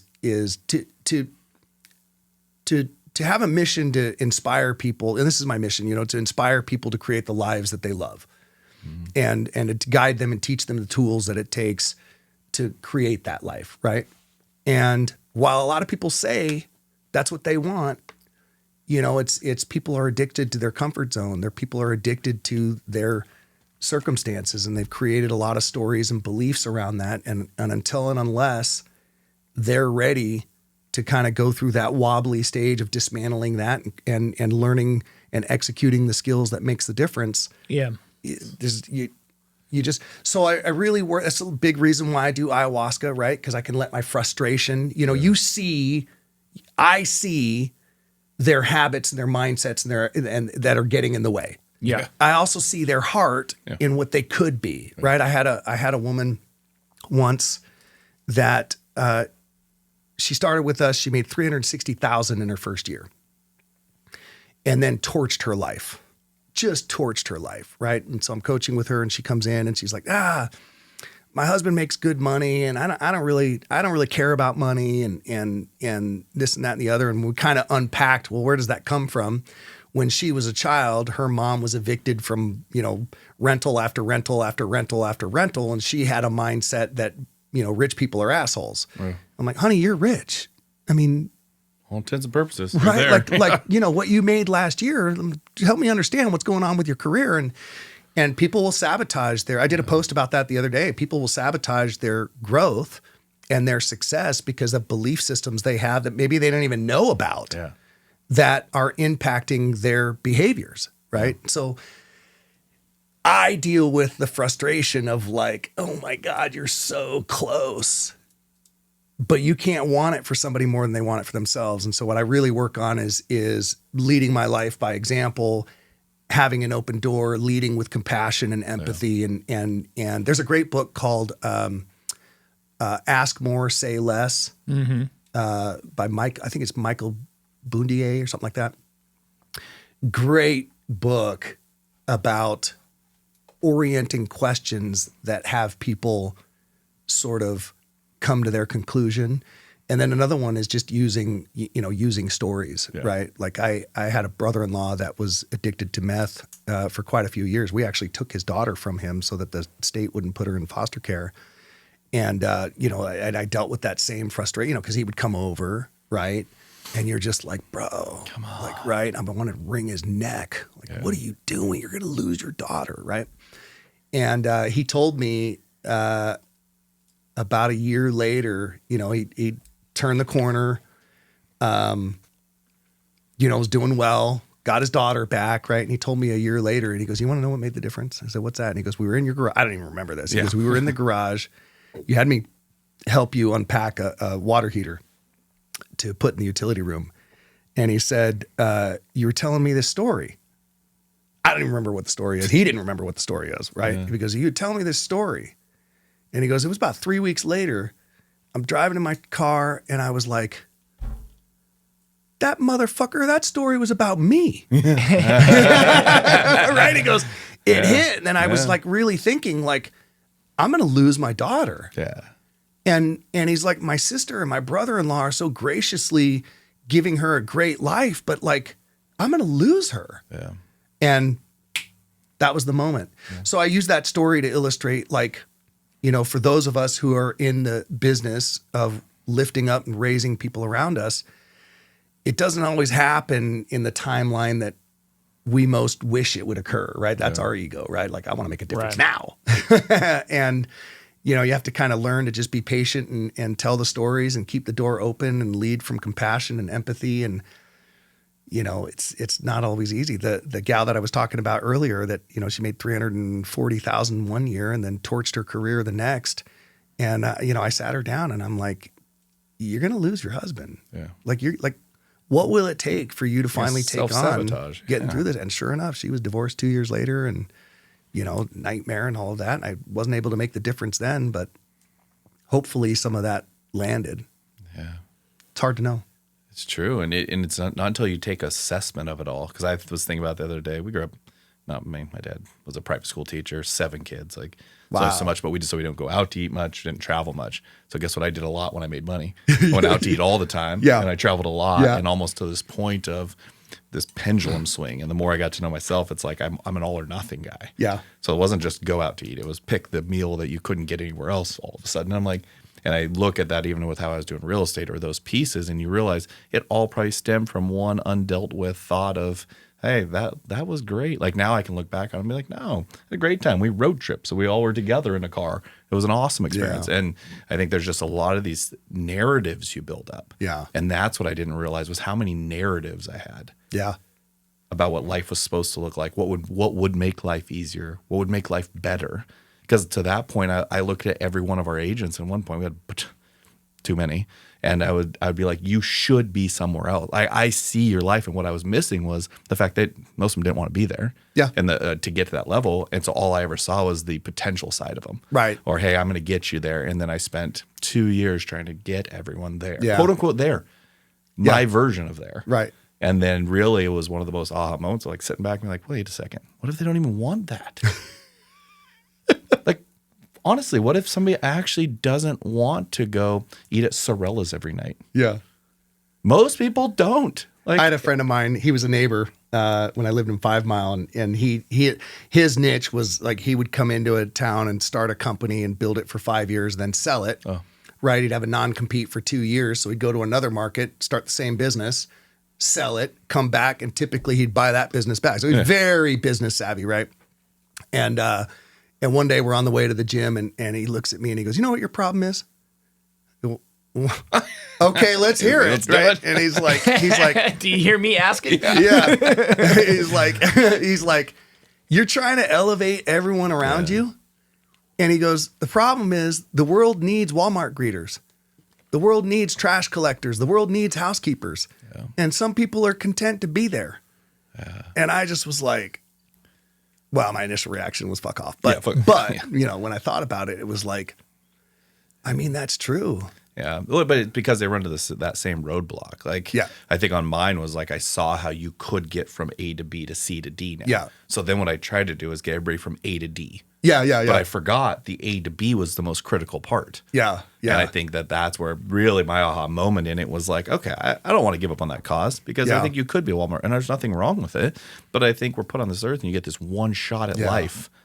Like, why not make it a shot at life? And I think so that passion's still there, but now I'm working on better, like, not icebreakers. What would you call them? Like tests to see if you're even, like, if it's even a path you want to go on. Right. And so, like, it's, hey, because there's just certain ambition things. Like, test if you would have met me even before, I had the same drive and ambition. I just didn't know where I was going. Right. And so there's just pieces or things that just naturally would help somebody down this path. And so I'm working on that more because I was like, to that point, I think there are Walmart greeters and I think there's probably happy ones. Yeah. But the issue is that it's the Walmart greeter that wants to own Walmart. Right. And that's the issue. It's this unmet expectation that most people struggle with. Yeah. Right. I always look for triggers or identifiers. And I think one of the triggers or identifiers that I see a lot in people and even in myself, but it's dichotomy, right? Like one trigger identifier is anytime somebody is upset or discontent on where they're at is that it's very easy to go to the exact opposite, right? Black, white, up, down, left, right? Like they're not happy where they want to be. It's like, why so extreme, right? And I think that's one of those things. Like I never went out to eat when I was a kid, so now I'm going to go eat all the time. It's like such a extreme swing, it's really irrational, right? To just be, but and people do it a lot, right? Like, oh, that'll never work. Oh, it's like, whoa, like 3 seconds in here, And so I for me, I don't judge it as much as I just notice it. I just take note. I'm like, okay, like so if I'm having a coaching or a consulting conversation with somebody, I'm just like dualism, right? Like I'm listening to speech patterns. I'm listening to how they think, right? Like that's one of the most important things for me as far as like helping people. My mindset is identifying initially how they think, right? And so I think that's the same for yourself. Is like you have to recognize your own triggers. Yeah. So you were telling that story earlier about your wife and the flip flops and this that. It's like it's the same thing. You're just getting older and more mature, but it's like. I'm now having this out of body third person experience of my interaction with me and my wife when those things are happening, right? Like 2 years ago at a bit, I've been like, oh yeah, right? Yeah. Now I'm standing over here going like, don't bite, bro. Like better, right? Like you start to be able to play the game at a little bit a higher level, and so I think that's one of them. Is like the dualism trigger is very apparent when you start to listen to people. It's just a natural, and I think it's because when we are kids, that's how we're taught to think. So if you think about grooming a child. It's always like up, down, left hand, right hand, forward, backwards. All these definitives. Right. And it's because it's easy for them to conceptualize. They're like, oh, it's either you're either good today or you were bad today. Yeah. It's like, well, maybe simple to understand, effective to teach them, and yet in the long-term aggregate, a very unrealistic view of what life really is. Yeah. Like days aren't good and bad. Yeah. There's a lot of spectrum in between. Well, and the downside theory then is like if you're not successful, you're a failure. Yeah. Right. And so then you can easily gauge where you're that system of it. And I think it's just I wish people were just more independent. They figure out themselves. Figure out what you want. And then what I didn't realize is that's exactly what attract. I was talking to an investor today about his apartment building. And he goes, yeah, so from the last manager to this manager. And then we were looking at the two people, and he goes, well, look what tenant we have. And he goes, then we hired this one. Look what type of tenant we have. And I think naturally in life, you're going to just start attracting that version. Instead, we do it the other way. and we get pulled into somebody else's version that then builds our version. Yeah. Now and I'm then just now trying you're to think of what all my attracting tenants people. look like. Like if Keith is out leasing for somebody else, and you just realize that you just kind of, you are a natural attractant or you're naturally attracted. 100%. And then what I found was I was just attracted into these, and all of a sudden I'm building this life, and I was like, I actually don't even know if I like real estate. I was telling somebody that the other day, I'm like, yeah, it's cool to watch flipping shows. Everybody likes them. That's why they're popular. But I don't actually know that that's like what I love.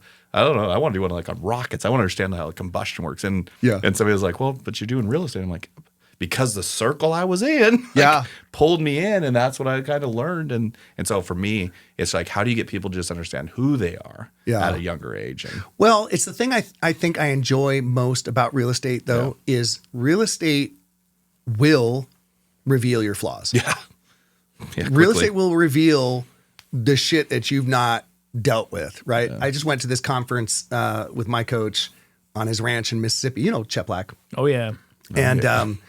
And you know, there's some players in that room, and you know, some of the speakers are running $1 billion a year organizations, right?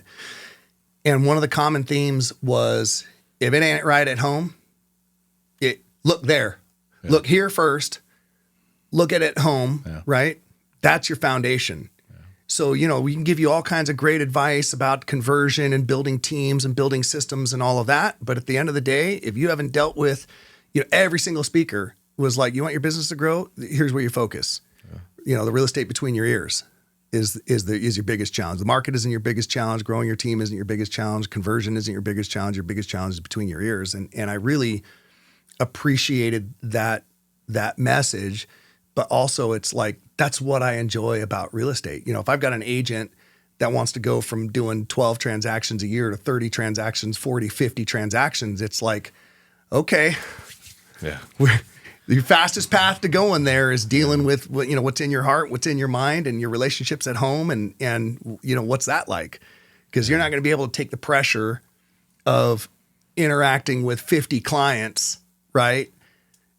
You're going to crack. Yeah. You know? Well, clients, scenarios, settings, negotiations, when you can't, especially when you can't separate your identity from them, right? From success and failure and your identity of who you are, whether somebody's mad at you or upset at you, or like, you know, it's like if you're there, oh man, it'll eat you up. It'll eat you up. It's like those new agents, right? And they experience for the first time, like I told the client all the right things to do and they ignored my advice, and now they're pissed at me, right? And they're heartbroken. And it's like, that's part of the game. Now multiply that by 50. Yeah, I told my kid he couldn't have candy for breakfast, and he's crying and screaming. Like, it happens, man. But worse, they ate the candy and now it's crying and screaming. So, like a no-win. Yeah, that's that's the thing I like most about real estate. It's like the skills an agent has to learn to be successful is gonna parlay into other areas of their life. Right? Because of what you're forced to deal with. Yeah. If you're going to succeed at a high level, what you're forced to deal with within real estate can have a positive benefit in your life. Yeah. I mean, I know that just in negotiations with my wife. Yeah, exactly. But even what you said before, you just start seeing the opportunities. And I think that's what I've loved about it. Yeah. Is that you're training your mind to see opportunities where most people see problems. Yeah. And I think that's one of the bigger shifts that most people have. Like when I talked about stuff I went through, they're like, I never would have made it. And I said, well, that's because you're looking at this as a problem. Right. And I said, where's the opportunity in this? What am I fighting for? Like when you shift what you're fighting for, it makes a bigger difference. Like then you're just reading me all wrong. Well, and then there's a muscle that you develop, right? And that that resilience muscle some of my biggest failures have been the launch pad to some of my biggest successes, right? But if you put yourself in that mindset, the time period that you actually suffer during the challenges or during the failures, it becomes really minimal, right? And the more experience you have under your belt of overcoming challenges and dealing with failure, Elon Musk talks about, there's no gain in wins, right? There's no growth in wins. Where you grow is dealing with and resolving your failures. And to the extent that you're willing to fall down, that you're willing to fail, is going to have a direct correlation to your growth trajectory. If you're open to it, if you let it beat you down, then, well, that's it. Yeah. Well, and I think the problem with personal growth and development is you have sometimes issues or some discontent with your own. Like I'm not where I want to be, or I want to be better. I'm identifying my own triggers or things that I need to work on. but you also simultaneously turn that target on other people. Sure. Right? Because you're aware of it, right? So you see it in everybody else. You know, you're Rob's friend on the way to gym going, you know what your problem is? But I've gotten to a place in my life where, at one, I'm very selective with who I hang out with, right? And I'm also grateful for, like, I've got a friend circle that will call me out on anything, right? And so I think one of the toughest things is to make peace with other people's decisions and choices about their own lives, and to still be able to maintain friendship or relationship with them. Some of what's helped me there is to recognize, like, they might need another fall on their face. They might need another relationship torched, right? Which Might is the take them direction another you 5 see them years, going, right? right? Yep, exactly, right. And I have a Jennifer is my operations manager, and every now and then when she can kind of sense my frustration, you know, she comes into my office and closes the doors, and she's very religious. So she always shares a spiritual parable, right? And then, you know, there's me looking at my computer screen going, okay, where is this going? I mean, this is going to be a good one because she's starting with scripture. Yeah. And a few years ago, she comes in and she goes, you know, the parable about the farmer that's sowing the seeds? And I'm like, okay, where is this going? First of all, there's like 20 of those in the Bible. Right, okay? exactly. So you're going to have to narrow this one down. But she's talking about how, you know, some seeds fall in fertile soil. Some seeds fall in the rocky soil or get blown away. And, you know, some don't do anything, right? Yeah. And it was such a great, I'm so grateful for her in my life because she said, she goes, you know, Rob, she goes, your job is to sow the seeds. Yeah. Focus on that. Yeah. Just focus on sowing the seeds, and some you'll see results from right away, and that's rewarding. And some, and that has, she said that to me about 10 years ago. And that has actually proven to be true, right? Because agents, you know, the average is an agent's going to stay in your organization for about 3 years, right? And if you're someone who leads from a point of giving a shit about their lives and my wife calls it's like dating. It's like the agents relate to the broker owner or the team leader. Like the broker owner or the team leader, it's like a marriage. Like we're committed, we're all in, right? The agent's mentality is sort of like it's dating. It's casual dating, right? And it's like, so long as it's good for me in the moment, I'm good. But the moment I see something better elsewhere, I'm gone, right? And she said that from a stage once, and you know, everybody that is a team leader or brokerage owner was like, "Oh, that's exactly what it's like," right? And you know, Chet Black once was like, "Listen, man, you got to get over the frustration that they leave. They're gonna leave. Your best ones are gonna leave. They're gonna leave, right? And good for them. It's part of their growth journey, right? Whatever. They see something over here, maybe they need to experience that, right?" And losers, losers. And I really was, and it really was like. And then he said, "Your job is to provide them the opportunity for the greatest growth of their life in the 3 years you got them." Yeah. Right. And he was just focus on that. And when they leave, celebrate that they're on their journey, whatever that may be. And that's an easy one to say. It's hard to do. You know, it's hard to do. You ever meet Keith Pike? He owns a bunch of Remax offices in Arkansas and Tennessee. I think he owns 9 offices, and he's just the most like, you know, he's got like 1,500 agents, and you know, just a great guy. He's so humble. And we were in a recruiting mastermind at Chet Black's house, right? And Chet Black says, you know, how many of you does it just crush your soul when an agent leaves? And he got up and he was like, it's still, he got his Southern accent. Yeah. It still crushes my soul. I sometimes spend 2 or 3 days on the couch, right? And my wife, I look over and Cambria's writing in her notebook, I need to reach out to Keith Pike. Yeah. But it's the nature of what we do. You can't really do it effectively. You invest so much in them, right? Yeah, and I think that was the harder one of mine. And then so a lot of them were like friends. But then at that point, it was easier to separate the two, the business and the person. Yeah. And be like, hey, if that's what you need, this makes sense. But it still hurts, right? Yeah. You're like, you put this time in. I remember coaching, helping, and I was glad I didn't let that get in the way of like, no, go be successful. Figure out what you need to do it. We'll be here. We'll be here for a while. Like if it's ever something you come back. The hardest is new agents, I think, right? Because you invest so much time. A lot of times, you know, because we provide lead opportunities, a lot of times we don't see a profit until about month 24. Really? Right. Yeah. Well, I mean, you know, because it's not an agent sees it like, well, I closed 14 deals, right? And it's like, yeah, but you took 600 leads, right? Like your inability to convert those is an opportunity cost that we fronted. You know, they don't understand it, right? So new agent finally is profitable, right? The conversion rate's finally there, right? About month 24. And about month 36 is when the recruiters are like, oh, you're doing pretty good. Let me show you what we have over here, right? Yeah. And I had one of our top producers, this was years ago, and he's like, man, I don't know why anyone would leave this. I go, he goes, why would anyone leave this environment? And I go, you want the honest answer? One, you're going to leave too. No, I would never leave, right? This was an agent that had come from another brokerage, had done like 3 deals a year for his previous 2 years, right? And then he does 30 deals in his first year with us, right? And so I said, listen, man, I'm going to tell you something. It was going to be super, you're my buddy. I'm just going to give it to you straight, right? I said, here's what I see happens every time. And you're in this category. So hear it from you're in this category. I'm really big on personal development. I'm really big on building the best relationships inside of real estate, specifically in your home, in your marriage, with your kids, right? I'm a big believer in that. It's made a big difference for me. And here's what I find, especially newer agents that have a high degree of natural ability, right? They're good at communication. They're good at building a relationship. They're good at building rapport, right? They're somewhat good at organization, right? Those are the worst. Yeah. Those are the worst, right? You guys know why, right? But it's like because they'll experience accelerated growth, right? And all along the way, I'm going, you gotta pause and take some time to work on yourself and work on the things that you don't even know you're dealing with, the habits, the mindsets, right? That are going to prevent you from going to that next level. Because the biggest bitch is when they start to plateau with the results that their natural ability can get, and they reach that plateau, it's brutal. Mm-hmm. It's brutal. And so I told this young man, like, you're going to get there too. You're close now. How many of our conversations are we having that are about your burnout? Yeah. Right? You're close. Yeah.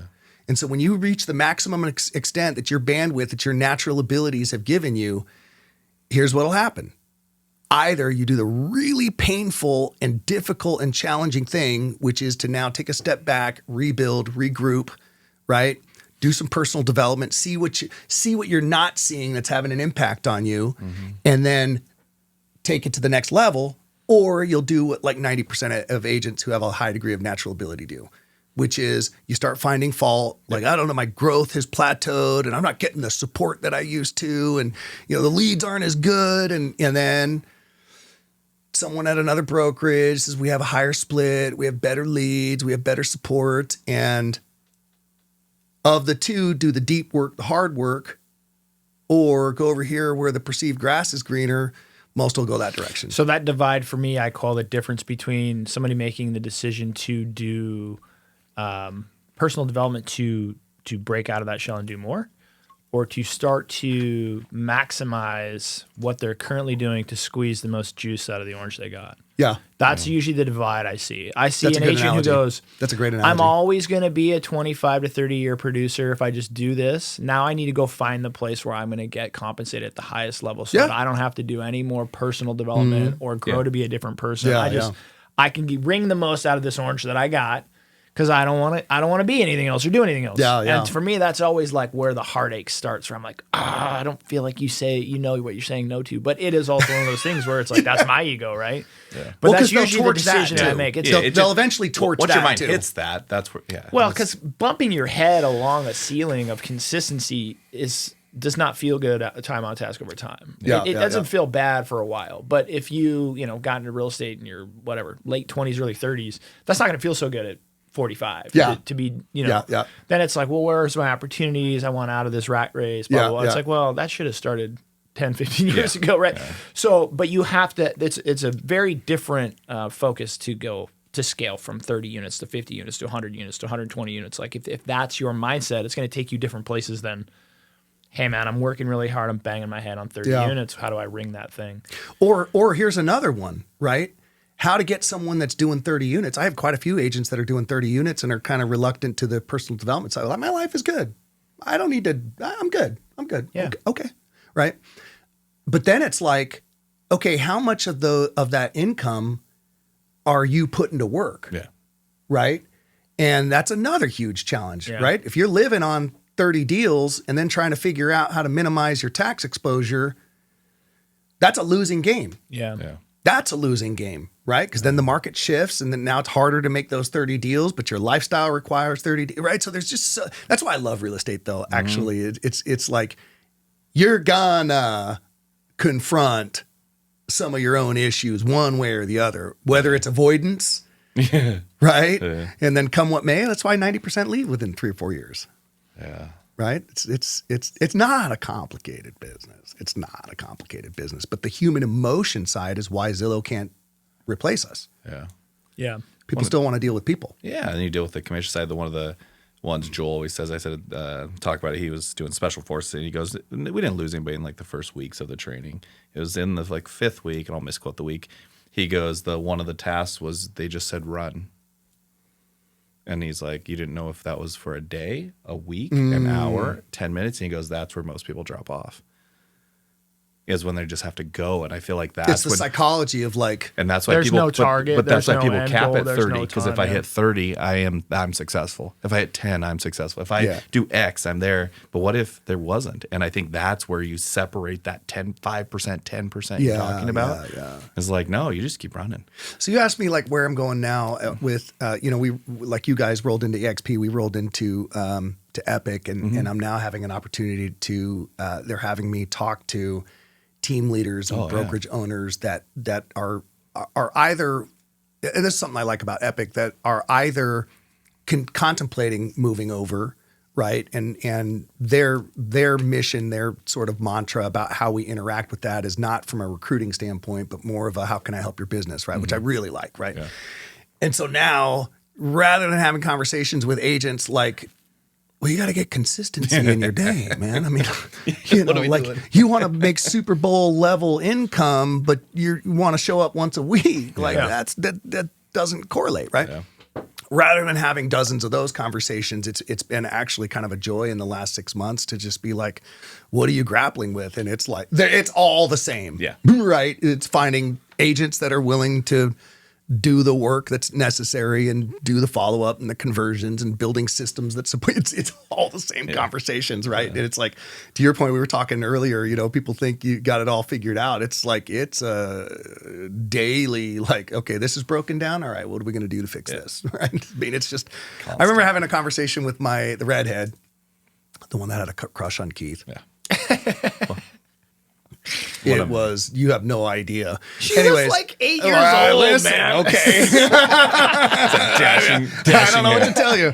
But one time I call her the redhead, right? Because she had attitude from like 13 to 17. And I'm driving with her. She was 17, right? And I was like, honey, you have got to work on your attitude, right? And I asked her, I go, like, what are you so upset with right now, right? And it was the expectations, right? It was the expectations versus reality. Yeah. And I go, let me ask you something. In my day, I lay out my day every morning. This is what my objective is. This is what I'm trying to accomplish, right? These are my deliverables. These are my outcomes. What percentage would you say of my expectations come to fruition in an average day? And she's like, I don't know, Dad, like 90. I'm like, oh, honey. I wish. If 5% of them came together like I anticipated, that's a massive win, right? And I'm like, so do you hold that like this is how it should go? And she was like, yeah, actually I do, right? And it was like, okay. It was such a game changer conversation in our relationship, because from that point on, it was anytime I experienced attitude, it was like, what expectation is not coming together for you? And she's like, this at school and this and that and the other. And it's like, okay, so what would, and then it was just much more sophisticated, productive conversations rather than her just being pissed all the goddamn time. Yeah. Well, and there's so many parallels to that, but that's the great divide generationally that you see between like the boomers and the Gen Xers and the millennials. That kind of, I think, comes from that same thing. It's just the expectation reality gap, I feel like, has gotten bigger. Yeah. Right? Because I don't think when you were born in the Great Depression that you had this humongous gap, right? Like you kind of like, life's pretty tough. Like I would like to be here, but I'm really aware of like, this is, much more gratitude if you had a decent dinner. Right. Sure. Now that's the expectation. But now I think the younger generations just have this huge expectation gap, right? Yeah, But you're exposed to so much more, right? Like I don't blame them for it, but I also say it's real, right? Like, so telling them that like, hey, the gap between what you expect and reality is massive. I can understand why there's immediate pushback from them, like, whatever, old timer. But it's also like, but I don't fault you for it, right? Because they've been seeing Lamborghinis and Ferraris and Bugattis and people flying on private jets and having like for them, they're like, oh, there's people out there that have that. I want that too, right? I think in the Great Depression, when you were sitting around a burning barrel fire having your 1 cup of soup, like they were completely oblivious to the fact that like some sheik over in whatever land had 17 palaces, right? Yeah. So maybe they just weren't exposed to it. Yeah, I didn't even know that was a possibility. Certainly a product of our times. Yeah. But I think there's just so much like in the hierarchy of needs, right? Food, shelter, those. Yeah. I don't think there's a lot of ambiguity. But as you start moving up that ladder, I know it's a pyramid that does this, but it should be reversed. Because I think once you start getting to the one where you get to choose things, that's when it widens to expectations, what I should be getting. But when you're searching food, shelter, and the basics. That's super similar to Maslow's hierarchy of needs. It's Maslow's hierarchy, right? And there's some correlation, there's some similarities to the 6 psychological needs, right? They kind of work in tandem, right? Yeah. And so the first 4 are the like the do you know them all? Life needs. Yep. So the first one is certainty, right? In other words, if your need for certainty isn't being met, so this is similar to Maslow's, right? Yeah. Food, water, shelter. Yeah. I can't talk to Keith if I get in the car with you. You bought a new car and we're gonna go take a little drive, right? And I'm trying to talk to you about where is your life going, Keith? Like where do you see yourself in 10 years? But there's smoke coming out of the vents. Yeah. Okay. That conversation is over. You can't move forward, right? So there's some similarities. So the first one is certainty. The second one is variety. We all need certainty in our life. We all need variety. That's why, like, we'll go to a movie for the 15th time because we don't necessarily remember how it all went, but we do remember that it was a really great experience, right? So we're certain, but it still gives us a little variety. And then the next one is significance. We all need to feel like we're important. We all need to feel like we matter. The fourth one is love and connection. This is the interesting one. Love and connection.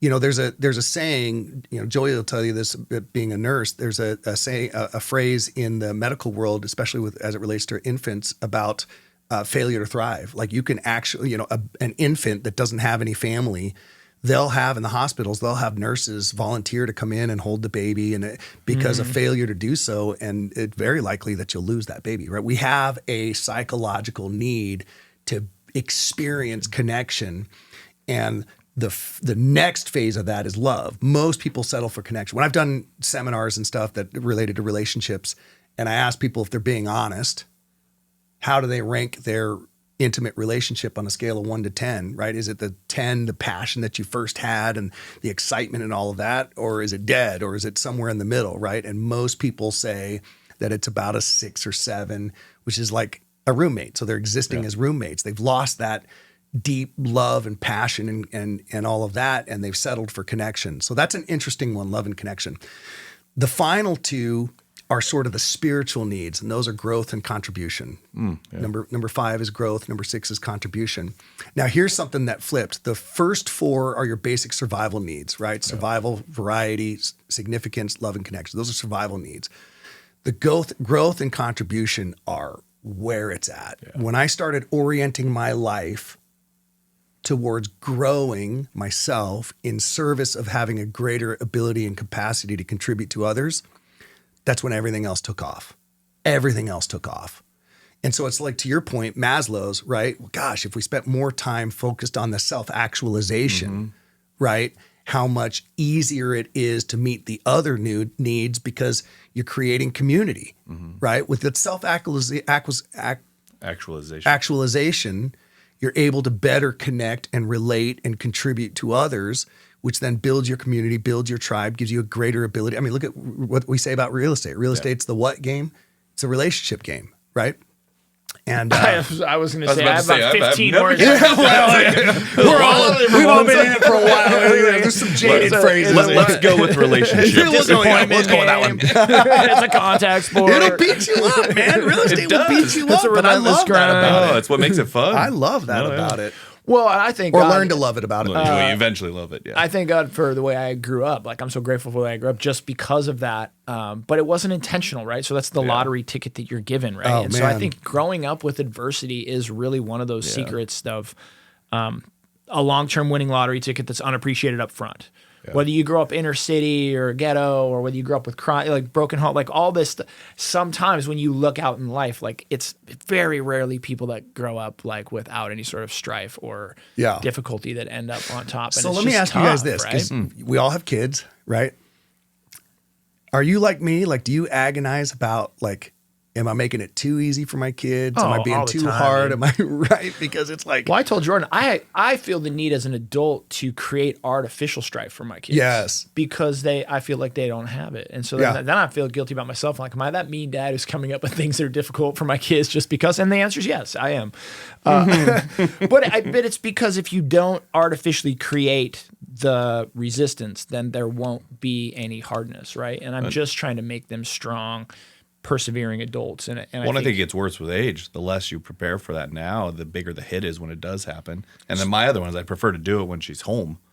Like have her in a situation where it's like something goes wrong and you can be there kind of in that sense. But I think it's figuring out how to do it. Mine was easy. I just watched my dad go to work. Like his job looked really hard. And I knew from that point on. Well, I think so much of it is lifestyle driven, right? When you talk to people. And so like when I say I grew up hard, I didn't grow up hard like broken home, ghetto, inner city, anything like that. Or I grew up hard more just like the hardness of I grew up in a farming background, and farming is one of those weird industries where you can do everything right and it will end up a disaster. Yeah. Oh my gosh. And you can do everything wrong and it'll end up great. Yeah. Right? Like you could grow a really shitty crop that yields like 30 bushels to the acre.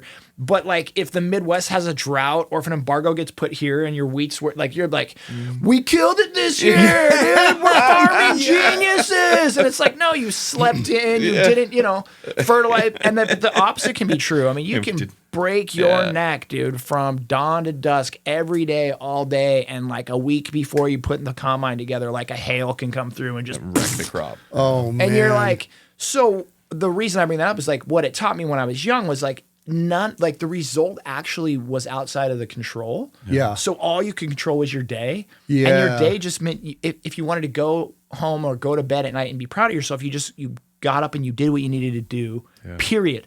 And you took satisfaction from that. Yeah. Right. So it was about the work. It was like, hey, man, I'm going to get up today. I'm going to go out there. I'm going to do my best. That explains your work ethic. Right. Yeah.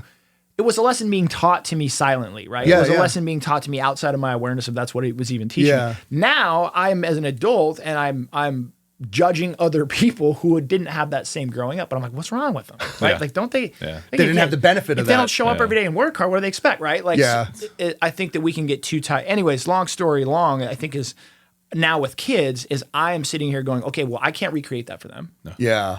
But I need to recreate portions or aspects of that to where they start to realize like they're not getting overly validated for things like, oh, great drawing today or great untying your shoes. I'm like, it's not right. It's crooked.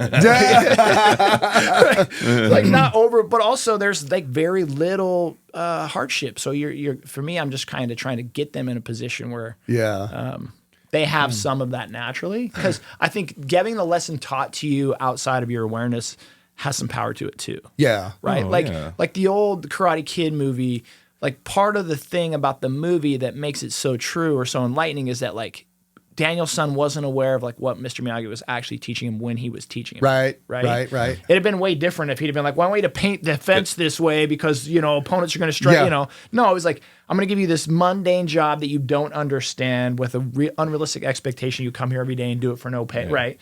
But that was also part of the lesson. Yeah. So to me, I'm sneakily trying to do it to him. Yeah. Like, I'm going to make this hard and not let him know But you see it why. across the board. Like I think of agents now, like, hey, I need a new CRM. I need a better AI tool that'll get me in front of people. And you're like, no, you need to pick up the phone and call them. Yeah. And I think we live in probably one of the easiest times to have ever existed in this world where convenience is there. I just saw another one for another robot. You can come in, do dishes, do everything in your house. And I think we're going to go that way inevitably, but it's what we're missing in that is there's lessons learned in doing the dishes.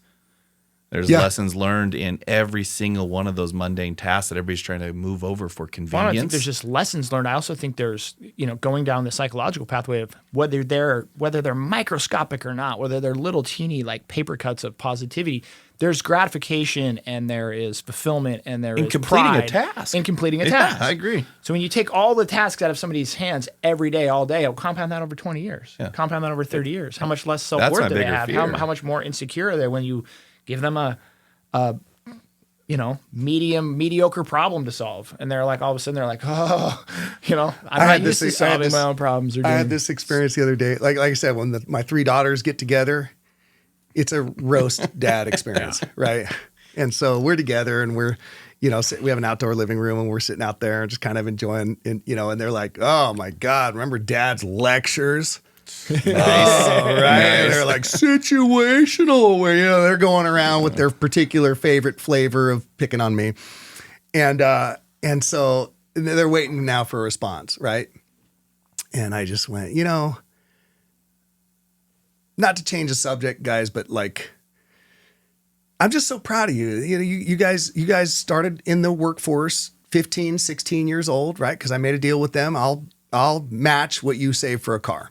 But you're going to have to, and so the oldest saved $9,000, right? The youngest saved $11,000. Jeez. The middle, your girlfriend, $300. $300. Yeah. I'm like, me and Livy are going to go have a beer after this. Right? Yeah, we're just going to talk shit about Rob. Let me tell you a story about your dad, right? So maybe one you don't know. I was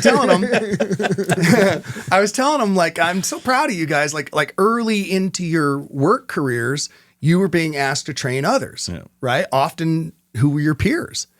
And I'm like, I'm curious, like, what was that like? You know what I mean? Like, what did you notice about yourselves versus, these friends from school that were coming into the restaurant now and working, and you're having to train them? What was that like, right? And they're like, oh my God, then all the horror stories, right? Like, and I'm like, you have to show them how to do the same thing over and over again. Oh, Dad, it was like, here's how you roll the silverware, right? And I'm like, let me ask you, like, your patience levels. Like, at what point when you're being asked to show them the same thing, what number was it for you where you now want to take that fork and stab him in the eye, right? And so Kaya, the oldest, starts, like 9 times. And the other girls are like, bitch, please. Like, that's more like 2 or 3. And that was the consensus. It was like, by the 3rd or 4th time, 0 patience left, right? And so I go, curious if you could put a number to how many times I actually stopped you and showed you how to properly clean the kitchen counters. And they were like, no, Dad. I'm like, no, I want a number. Right. And they were like, okay, hundreds. Yeah. Right. Hundreds. And I'm like, so you're busting my balls for trying to figure out a way of giving you a lecture or a story or something that would make it land. Like when you do something, you do it right. Yeah. Right. And they were like, okay, all right. Point taken, Dad. Point Mr. taken. Miyagi'd him. Nice job. Full circle. Wax the car. It's fun, Paint man. The fence, Having daughters has been the biggest gift of my life. Yeah.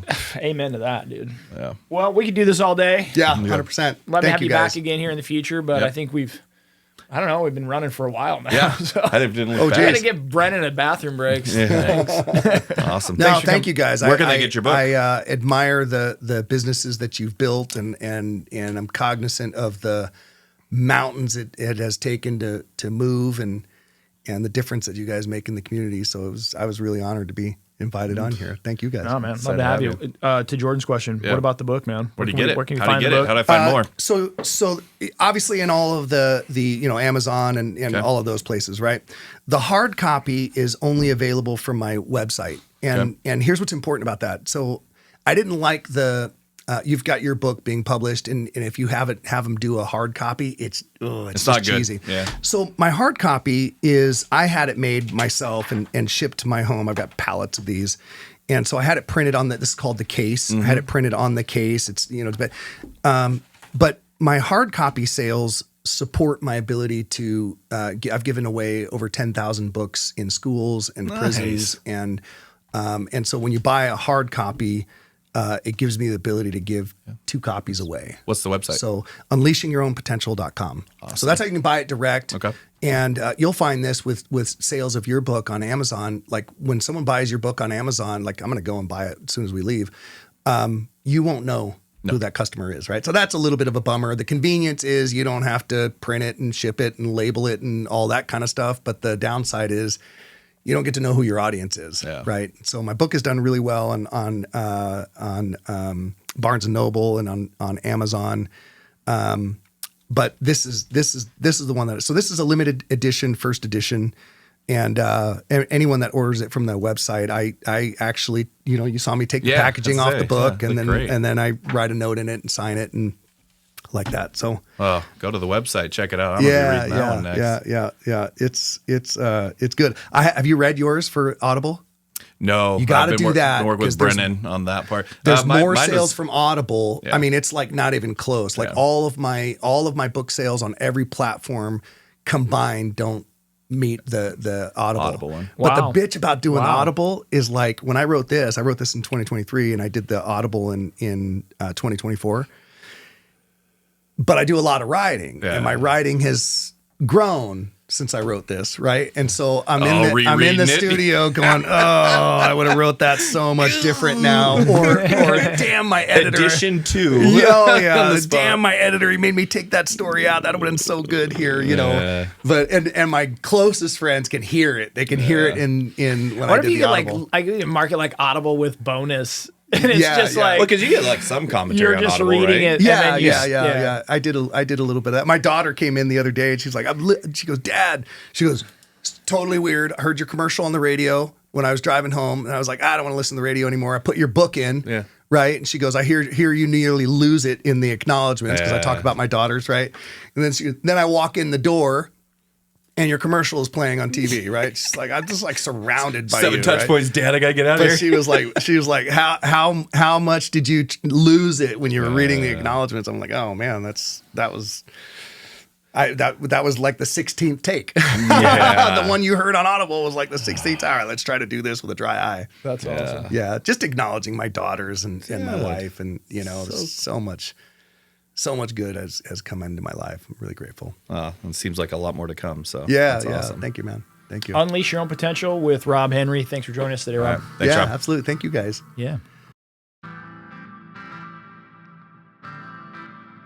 All right, you guys. Thanks for listening to today's episode.